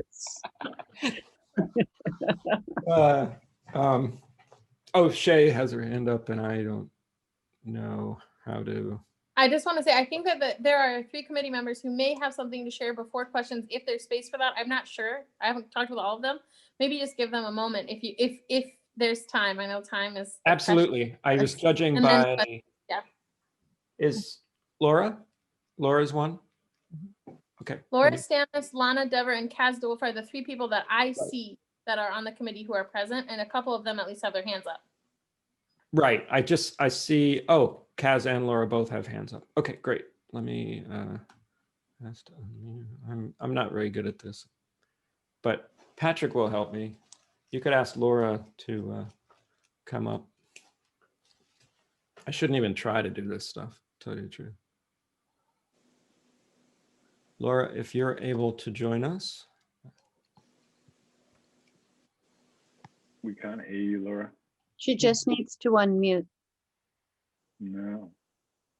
Oop, there we are.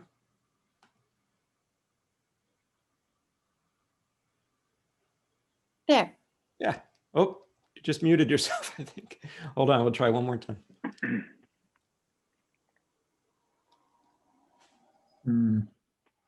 No, you're unmuted through Zoom, but we don't hear you. At least I don't. How's that? Oh, great. Okay. I just wanted to say that I super appreciated being on the committee. It was a really powerful experience, and I completely, totally support the key findings and recommendations that Emily and Shay so eloquently shared with you all.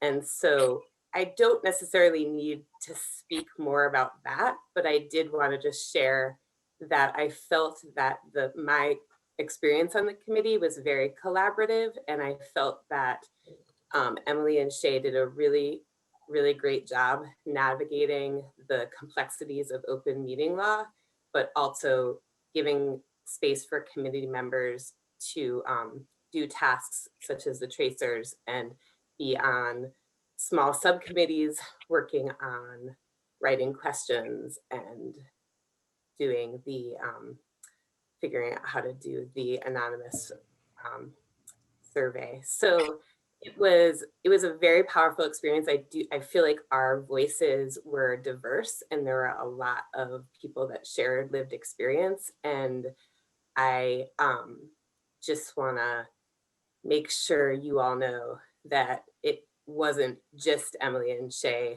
doing this work. There was people behind them that you voted into this committee, and it feels so good to just hear them speak about these findings. And I am really just hoping so much that you will see them as valuable and important and want to put them into place. It's good. I feel like it's going to be very hard if there's a lot of pushback. And I have to say, like, I've been at the meeting since 6:30, and the way the meeting started for me tonight was very discouraging, just with the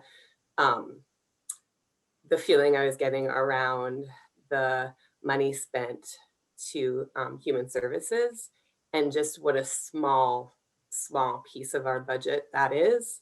And I really am hoping that you can hear and see how valuable these recommendations are to make us all safer and stronger and a more beautiful, even more beautiful, vibrant community for everyone. So that's it. And I also am just really curious about, like, if there are other questions that you have that I can help answer as a committee member. Totally willing to do that.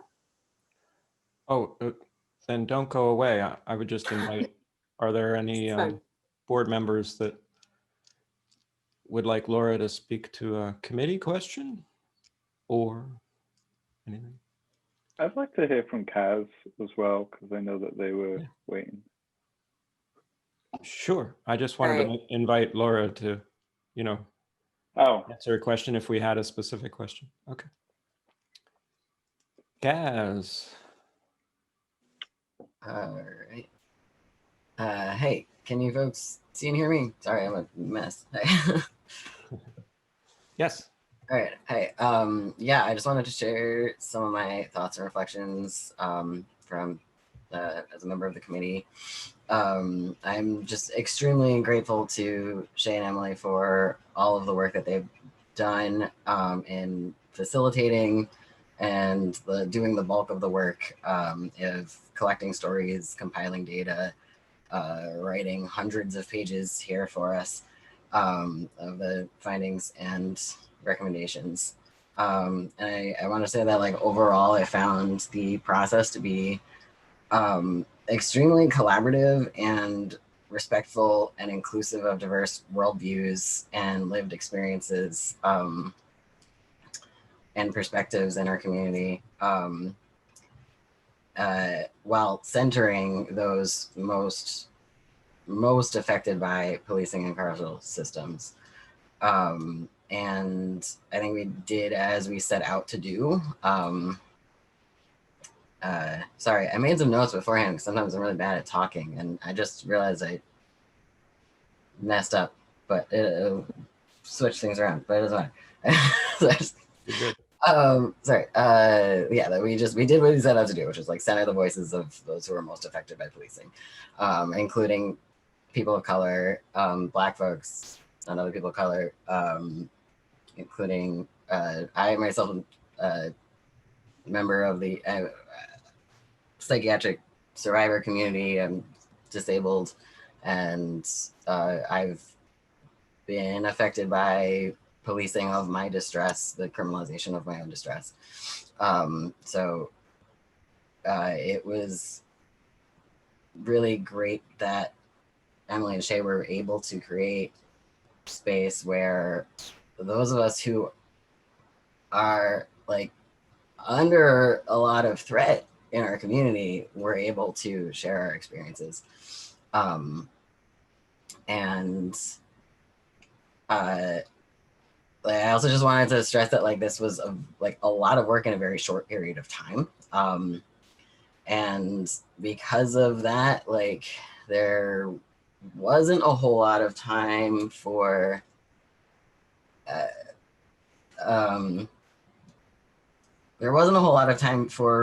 reviewing things, but I like am blown away by the work that was done, and of like I'm largely in support of the recommendations. I'm an abolitionist though, and feel like that we pulled some punches there. I would have liked to see us come down harder and push for bolder reforms, abolitionist reforms.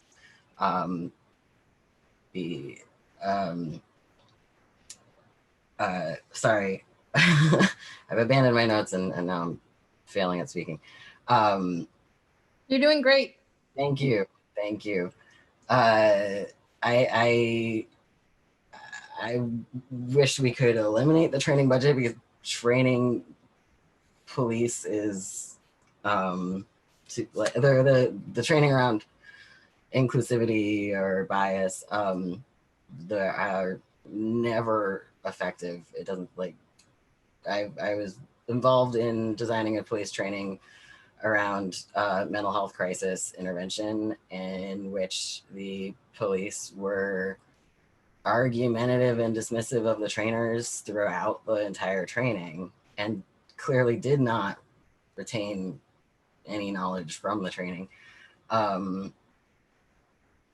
So yeah, I just largely in favor of the recommendations. I wish that we were bolder and taking larger actions against a clearly violent and dangerous structural system in our community that is hurting us. That's all. Thanks, Kaz. So if there's any, should I take a hand that's been patient for a while, or? Yes. Okay. Chris Kane. This is not a committee member. Is not a committee member, but I'm going to go ahead and. Not yet. Just kidding. Hey, Tim. I just wanted to say a couple of things. First of all, I really, really like wholeheartedly appreciate all the work that Shay and Kaz and everyone on that committee has done. I think that's fucking amazing. I'm sorry. I think that that's really great. I think it's really important. I did want to speak to a few things. I was a little disappointed on the fact that I haven't heard a lot of like BIPOC people speaking tonight about this, because this is like super important for, like, this is what we're fighting for, right? So I'm a little disappointed about that.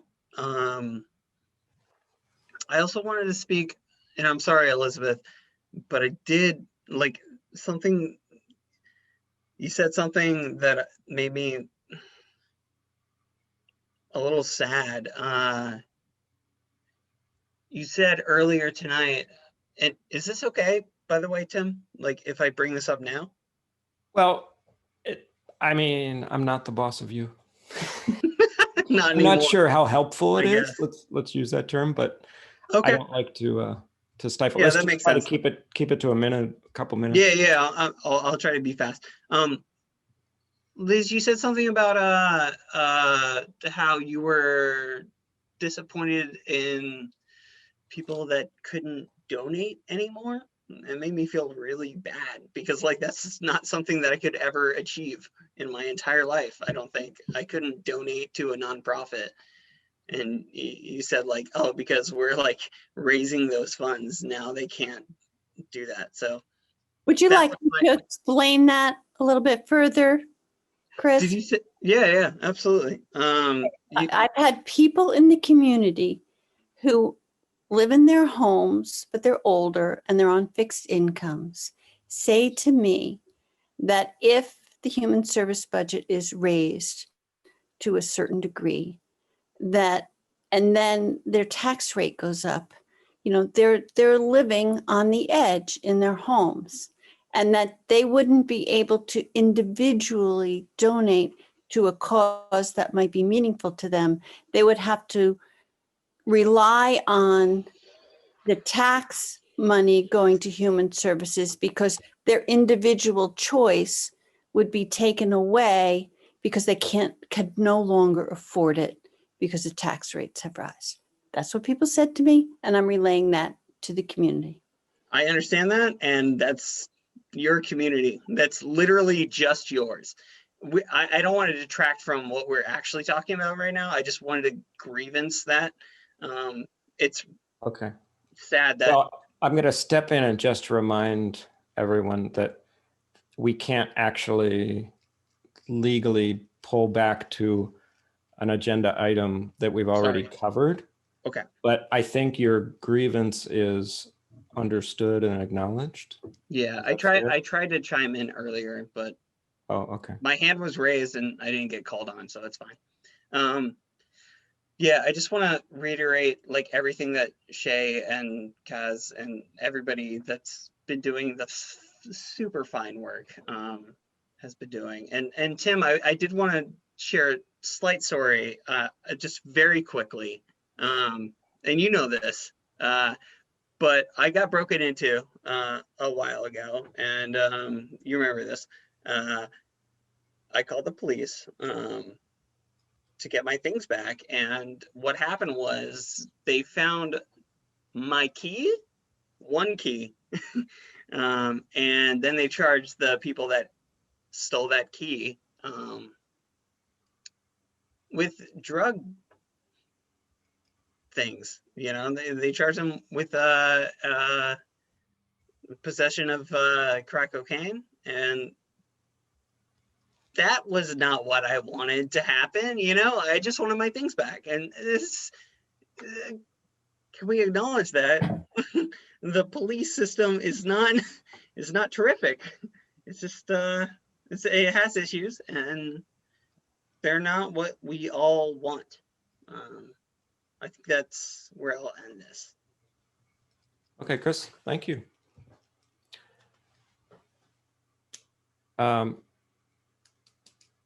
Well, so Lucy, is Lucy a committee member? No, sorry, I don't have the list in front of me, and I should. That is not a known committee member name to me. That's not a known alias of a committee member that I know of. Okay. Hi, Lucy. Lana is, and Lana's hand has been wavering. So at some point, maybe make space for Lana, but Absolutely. there's those hands that have been more consistently up as well. Lucy, go ahead, and then we're going to return to committee and board mode just to see if the board has direct questions for either facilitators or committee. Hi, Lucy. Thank you. Hi. Thanks to everyone on the committee. I feel that I want to express that to speak to the fact that the US is a carceral state. This means that every aspect of my living and every way in which I view the entirety of how human beings interact with each other, how they should live, how they should express and feel joy, express and feel grief, is in the lens of externally influenced ideas on carceral punishment and essentially not trusting human beings. And I believe that what is being talked about tonight is extremely radical, and to speak to the fact that it is terribly tragic that it's so radical. And I feel, it doesn't matter how I feel, it is absolutely essential that this work continues, and also the amount of resistance that it will face that I can imagine from my very limited understanding of how any of this works is tremendous. And that's because the United States is built off of the oppression of those who have been mentioned in this discussion, who are marginalized and actively silenced every single day. Thanks for taking my comment. Thanks, Lucy. I'll have Lana be in, but I'll just let Patrick do it. There, he's faster than I am anyway. Welcome back. Hi, thanks. Lucy, I just want to say that that was lovely. You kind of made me tear up a little bit, because when all of us up here talking die off, it'll be your generation that's going to be picking up the gauntlet and carrying us forward. And it's always nice to hear. So I wanted to, Laura mentioned something really important that I had neglected to say when I spoke last time. There was a letter that circulated and was put in the paper today and then presented to the board. And I think Shay talked a little bit about that in part of when they spoke. And I want to make it clear that as a committee member, I felt like my voice was heard. I felt like the process was very collaborative, and I felt like it was really transparent. And there was plenty of opportunity given for anyone they wanted to speak or have dissent. And you don't need to take my word for it. I mean, it's all recorded.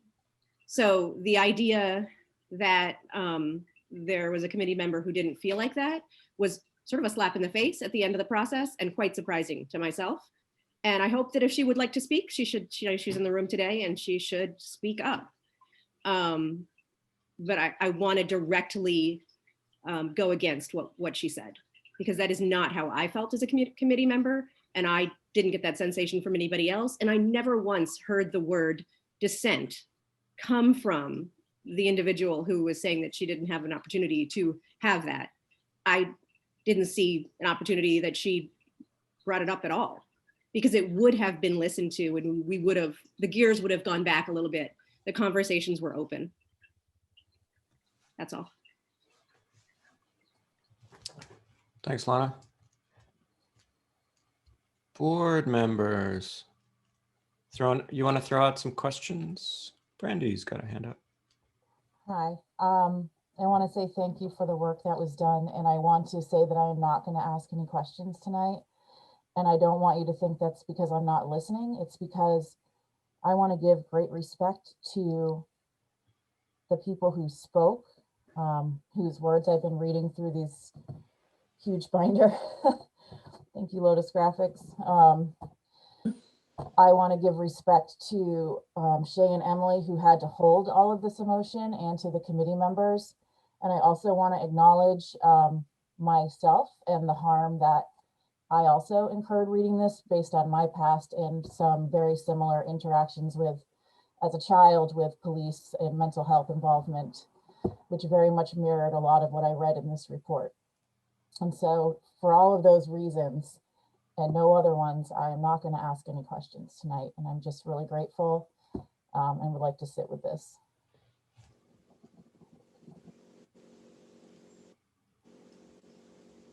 Other board members?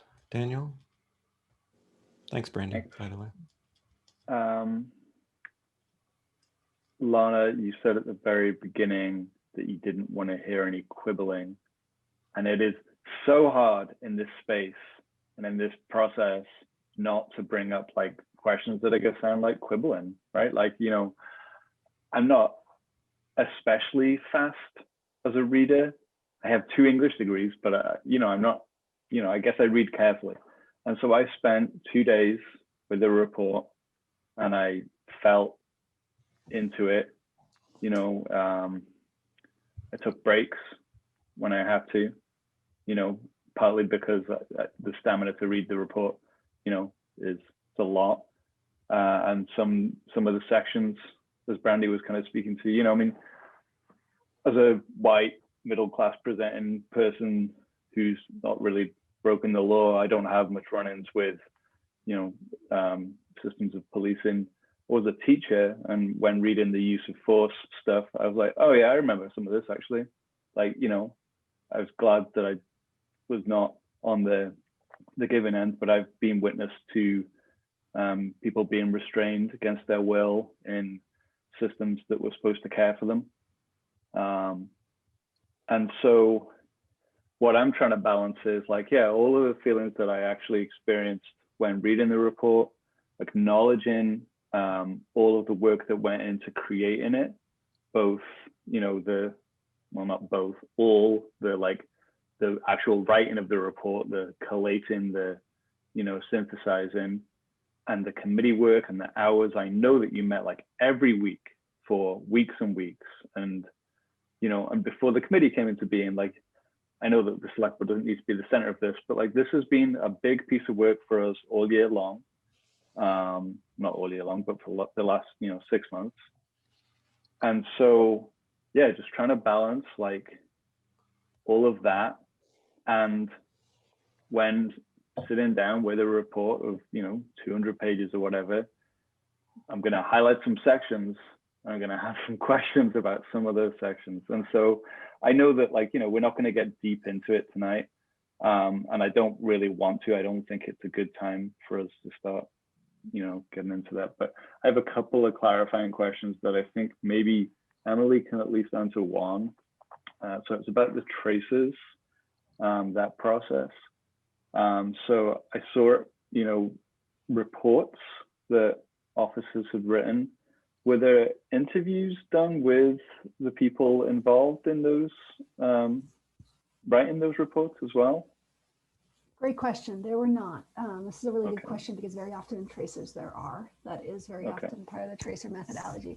Due to the nature and the time constraints of this process, I didn't do that level of tracer review. There's another reason I didn't do it too, which is that it was really, really important from our perspective that that not only that we believed that this was not an individual review of any officer or any case, but that it wasn't experienced as a review of any officer or any case.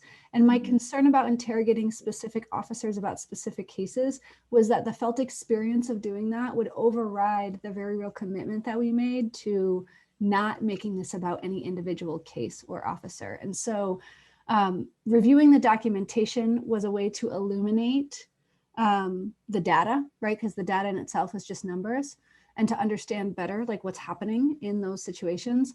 But I weighed out the risks and benefits of doing a deeper tracer, and my grave concern was that the stress level, you know, involved and the confusion about reviewing individual cases when that was not the level of review that we were doing. I would recommend that those who are supervisory to these cases, again, there's a lack of accountability around excessive use of force. There's no determination of excessive use of force in the last 2 years that I could find in an internal review of any use of force documentation. My recommendation is absolutely that that level of individual case review happen and increase, right? But that is, yeah, that's a systemic issue. But I didn't feel that it was appropriate in the scope of this review for me to do that. Okay. Can I clarify one more piece about the police interview with the police? If you have a follow-up question that's more relevant, Danielle, that's okay. I'll leave it to Daniel. It's in the ballpark. You know, go ahead. We did a lot of work to make this process accessible to a lot of people. And I think an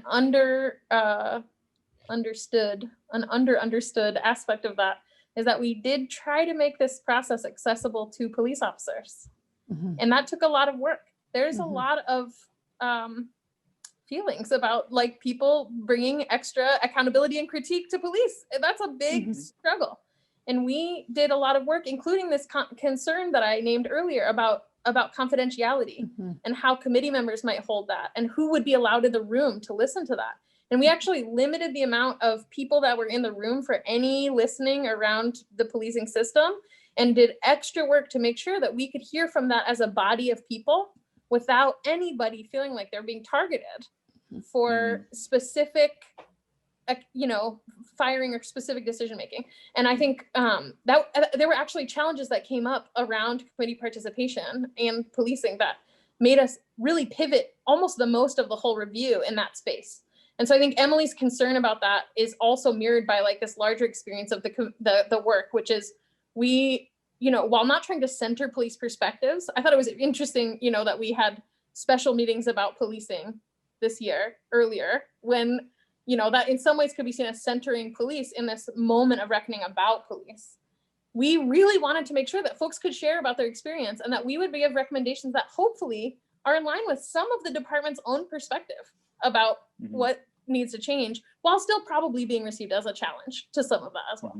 That's all I'm gonna say. Great, thanks. Now my follow-up sounds even more mundane. As part of this tracer review, were you able to look at body cam footage, or did you request body cam footage? We did not. I also thought about it. I recommend that it happen. I will say one of the limitations for me of this work is that I also worked my full-time job and had a kid. And I got so much more into the data than I expected I necessarily would. So there was a limitation just on sheer capacity. And again, this, you know, I think it's helpful to see this as a wide review. There are certain areas where there's a lot of depth, like the community listening. From the quality review of the police department, it's a wider review more than it is like a super targeted, narrow review. So the two areas I would recommend further review, the two most concerning areas are the use of force data and the traffic stop data, right? So there's a lot I could say at another time.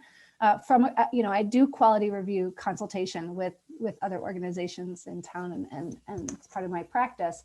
There's a lot I could say about what's possible for deeper review, body cam, and, you know, certainly individual accountability oriented case review would be in there. But I didn't feel like it was appropriate, nor did I frankly have the time to. But yeah, those two things came up and I had to sort of weed them out. All right, thanks. That makes sense. Yeah, thanks for asking though. Yeah. Those 16 tracers included over hundreds of pieces of documentation. So I believe you. The comprehensiveness I could handle. Thank you. I might have a brief question or two, but we also have another committee member with a hand up. Yeah. And yeah. I'm wondering if Lana would like to jump off. We'll replace you with Kelsey. But I do want to remind everybody that really, if you make a comment and you start to get into a back and forth situation, I sometimes have to chastise my own board members for not doing that. Let's try to speak to either the subject or directly to the board rather than either the facilitators or fellow committee members. Hi, Kelsey. Oh, Hi, can you hear me? yes. Yes. All right, it's a little, due to the late hour, it's a little difficult for me to speak. I'm doing a juggle with a kid that should have been asleep a long time ago. But no, I don't need to go into a back and forth. I will say that, you know, I didn't sign up to this process to necessarily make friends or stroke anybody's ego, either folks that are, you know, vocalized from the beginning, they're prison abolitionists, or the police department, right? I just have a desire to talk about change and offer gratitude where I feel gratitude is due. So my perspectives on how to reach these outcomes that I think we all, my sense are, you know, need to happen or in agreement about. My perspective on some of avenues that I feel like we maybe should take aren't in alignment, but I am so impressed with the amount of work that's gone into this project. And I do really respect Emily and Shay and the efforts of the process. Yeah, but that's really all I can dive into for right now, but I will definitely be happy to speak more in future meetings. And yeah, but I have to duck off. Luck with the kid. Thank you. We do understand that. Yeah. Anyone else want to jump in with a clarifying question? Oop. Or we can hear from Gary, another committee member. Not our committee, but he was there. Oh, I'm sorry. I'm Not sorry. our committee, but he was I mean, there. the odds are good. He has been. It's the one committee he's not on. It's the one committee he's not on, and he has a lot of appreciation for our work, and we have a lot of appreciation for Gary. You know, I think that's part of the reason I jumped there is because I, on the couple of meetings I was able to peek in at, Gary was on the call as well. Gary, come join us real quick. Hi guys, how you doing? Gary Stroud, District 2 and Vice Chair of CPCC.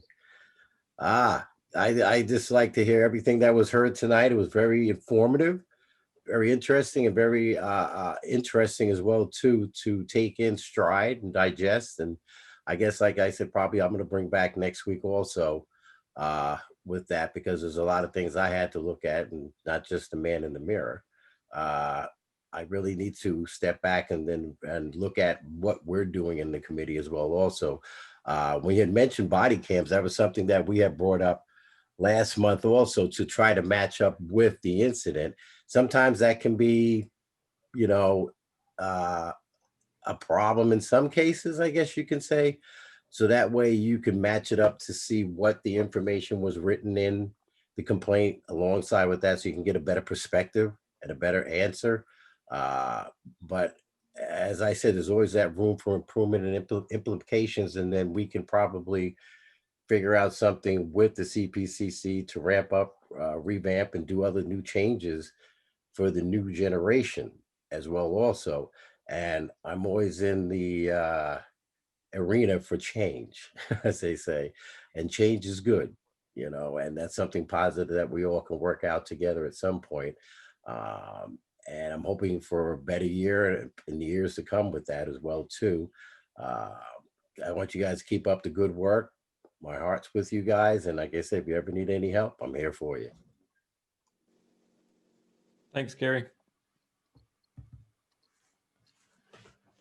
Other board members, I see Abigail have a hand up, but let me just ask other board members with questions for facilitators and or committee members. I guess I'll save mine. Should I take Abby's hand? Let's do that. Abby, please join us.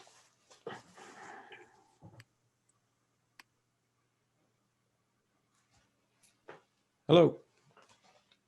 Hi, thanks for hearing from me. I'll make this very brief. I just wanted to respond to I think it was Chris who was saying that he had hoped to hear from more BIPOC voices tonight. And I was not on the committee. My partner Laura was on the committee, and so I heard a lot about it, and I attended a listening session. And my understanding from reading the report as well is this report is filled with BIPOC voices and voices of other people who are most impacted by the systems of policing, and that this tonight space and these select board meetings in general may not be the spaces that those voices feel comfortable coming forward and speaking, and that in fact it may not be their responsibility to come forward and speak, and that this is an opportunity for other voices to come forward and amplify what has already been shared. And so I just wanted to name that, because I feel like those voices are very much part of this work. And the fact that they're not speaking here tonight is significant and meaningful, and we should take note of that, but also maybe the right thing to do in this moment. Or anyone who wants to speak should be able, but that those voices may have chosen to sit out. So thank you so much. And I really respect and admire this work, and I'm so grateful. And I look forward to this work moving forward and transforming our communities towards justice. Thank you.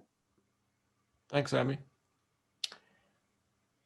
So, Ian. Yeah, so I want to echo and I think speak for the board in my appreciation and gratitude for the work that's been done here. It's clearly been an immense amount of community participation and individual work. Yeah, I also am a very slow reader. And while there is so much pain in this document that I'm hesitant to use a lot of positive words, I feel very positive. I'm so amazed with Brattleboro. And this year on the select board, I have just time and time again been very amazed. So, you know, I think that we're going to have some pretty long conversations in the next couple of weeks about your report, about the report, and about what the next steps are. And I'm really excited to have them. And I have a lot of hope that we can all move together forward with this. And I think, and I have, you know, I got nitpicky questions definitely too, but, you know, I don't think now is the time for them. And I'm looking forward to the next meeting. Thanks, Ian. I paused there because I have a couple of questions, and I'm like crossing them off in my mind, maybe more appropriate for next time, just because I'm. Yeah, I was just looking at the time. Half fried. Yeah, and I'm doing that too. Thank you for backing me up on the time check. Can I share about questions that we really had to balance specificity and also enough openness that the collaborating organizations and you all and the people who are going to do legal review of these things have enough space to make stuff happen, and also be specific enough about ways that this work cannot get co-opted, right? And so there is going to be lots of questions that are fruitful and helpful. I don't want you all to feel like there's no space for questions. What I hear from folks is questions that question the validity of these experiences, the depth of this problem, the value of change are going to be probably, it is my take, received as really dismissive. Questions about how we implement things, how we move forward, I think are necessary to do actual change work. And so I can't speak for anyone but myself. And I hope we hear from many other voices that are more impacted. But I think it's appropriate to hold off right now. And also, questions about how we move forward have to occur.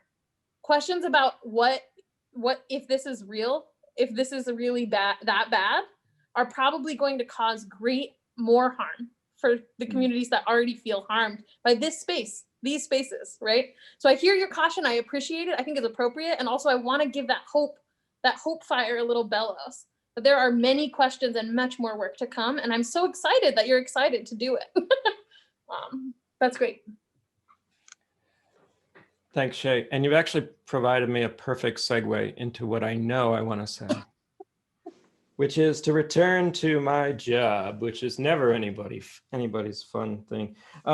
to kind of address the board directly about an idea, sort of a concept of how we should proceed. And this can be a collaborative, I'll just throw it out and maybe we can get our last piece of business done and go to beds at a reasonable hour to be able to sort of absorb this and think about it and come back fresh next time. From a board perspective on how we go about looking at these findings and recommendations, I'm going to suggest 3 categories.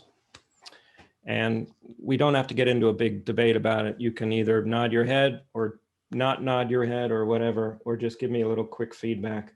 But I'm looking at this as some things are extremely time dependent for this board, and some things are extremely important, but not as time dependent. Anybody watching who doesn't know, we have immediate business to change what we want to change in our budget line items, which I'm going to call category 1 for the lack of a better term. So category 1 is what we need to address for RTM before January 31st. That's our hard, fast deadline. I don't see a lot of that. So that seems like a pretty straightforward conversation. Category 1 ends at January 31st. Category 2, my suggestion is a 2-month window, which would end at the end of February. And that, my suggestion is that what do we want to address this board? What does this board want to address in these recommendations and learnings by the end of February? Because guess what happens in March? We potentially have a different board. Kidding me? What? Yeah. Kidding me? Yeah.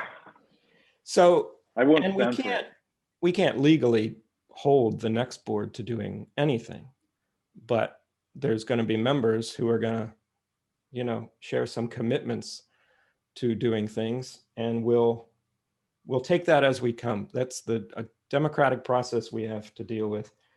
So category 2, meaning what can we reasonably knock off, either as, moving on and actually acting on and getting done by the end of February, or starting a process, because many of these processes, if we want to go forward on them, are going to take a while. And it's going to be starting a process that the next board will have to complete. But I think by the end of February, it's reasonable that we could come to our agreed list of things to be working on, or possibly we can check a few boxes on making real change. I have in my mind what those might be, but I can't really say that out loud because it'll send us down the rabbit hole. Category 3, to me, it has to be everything else that we will have differing levels of opinions on, and how to go about attacking those bullet points, if you will, from Shay and Emily. But that's basically like, it has to be the next board because there's just not time for this board to address it. Doesn't mean we can't talk about different things, but I think that for the ability to actually get a few things done before this board, who knows what's going to happen to this board, and who knows what the election will bring. But that's my 3 categories pitch for my board. And is it something you just want to think about? Or I'm sure category 1 is not very debatable, but so I got a nod on category 1. So that's something. That's my suggestion, and we can kind of pick that up when we next meet. Yeah. Got nodding on that. Okay, great. Not into picking it up when we next meet. That's what the nod was. Well, you nodded to category 1 too, right? Yes, and category 1, because that just has to happen.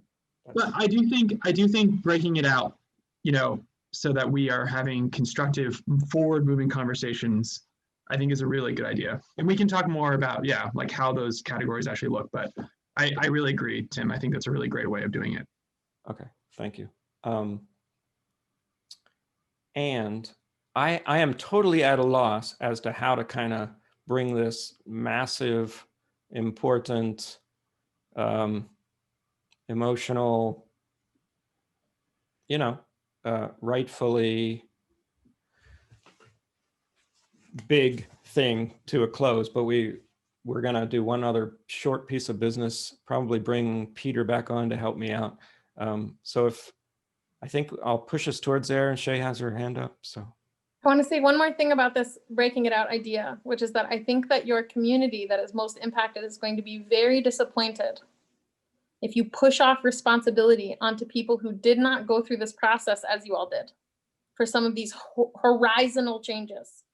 And I think the expectation of the process was that you all would make a commitment to whatever you're going to make a commitment to. And so I think that it makes sense to break it down to make it workable on some level to me. And also something else to illuminate about these changes is that one of the schools of thought about reform that we engaged with in this process is that no reform that we suggested should counter the horizon that we're aiming toward. We didn't name more police body cams because that actually counters the horizon that the most impacted community asked for, which is a reduced scope of policing. So the horizon and the steps now, these reforms now are actually steps toward that horizon. And if the town doesn't commit to a horizon, the next people who came on did not go through this experience that you went through of being on the select board during this year. And it is less likely in my mind that they will engage with this in the same way that you all did. And you all agreed to do this process. So I would encourage you to commit to whatever you can commit to and make the changes in whatever way you need to make them as long lasting as possible. If you believe that this is a systemic issue, this issue is not going to end when you get off the board. And so are there charter changes that we need to be considering? Like, we left space for you all to think about the how. But I don't want you to push off the horizontal changes, aiming toward them, onto somebody who's going to have much less connection, even though they will have to enact the changes. There are plenty of town direction things that you inherited. And you have a role as a rudder right now to name the direction. And it may be hard to enact a lot of those things, but if you don't commit to a directional change, I anticipate that's going to be felt as not addressing this on a huge systemic level. And so I just want to throw that idea out there for you to balance as you move through January, that like, you can't do everything at once, but you can make directional commitments to addressing systemic racism.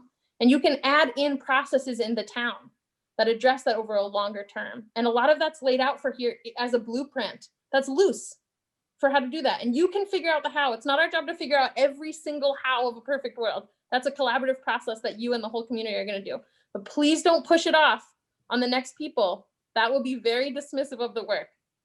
Even though you can't hold them accountable to enact every one of your visions, we can hold each other accountable to move in the right direction. That's all. Yeah, you're heard. I just want to make a clarifying comment that I wasn't intending to suggest that we don't touch upon everything that was brought up. Yeah, I was I just hear you. addressing the practicalities of what this board can do in 2 months' time. I hear that. Thank you. Thank you. Thank you to you both for the work. That's all I can say. It's big. We'll see them next week. See you next week if you can. Next do week. that. Thank you. All right. Peter, did you get a movie in? Kidding. I know the commitment you have to our town. That's clearly a joke. And the last piece of business tonight is anticlimactic after. Yes. such And a long and I'm sorry to and just kick important it to you. conversation. It's just to announce committee vacancies. But it's- in fact, it's an obligation we have. And so if you'd like, I'll just run through this list of what's currently vacant. Announcing it at 11:04 at night. I'm not sure how much of a community audience we're reaching, but we do post these also on the town's website, and hopefully this will draw some applications for you to consider in a couple of weeks. So right now, the vacancies for town boards and committees are 1 community member and 3 non-voting ex officio members on the Agricultural Advisory Committee, which is in the process of reforming. 3 vacancies on the ADA Advisory Committee, 5 vacancies on the Arts Committee, which causes the Arts Committee at the moment to be non-functional. There's not enough members to have a quorum and have a meeting. 2 vacancies on the Conservation Commission, 1 on the Development Review Board, 3 alternate vacancies on the Development Review Board, 1 vacancy on the Energy Committee. The Inspector of Lumber, Shingles, and Wood is vacant.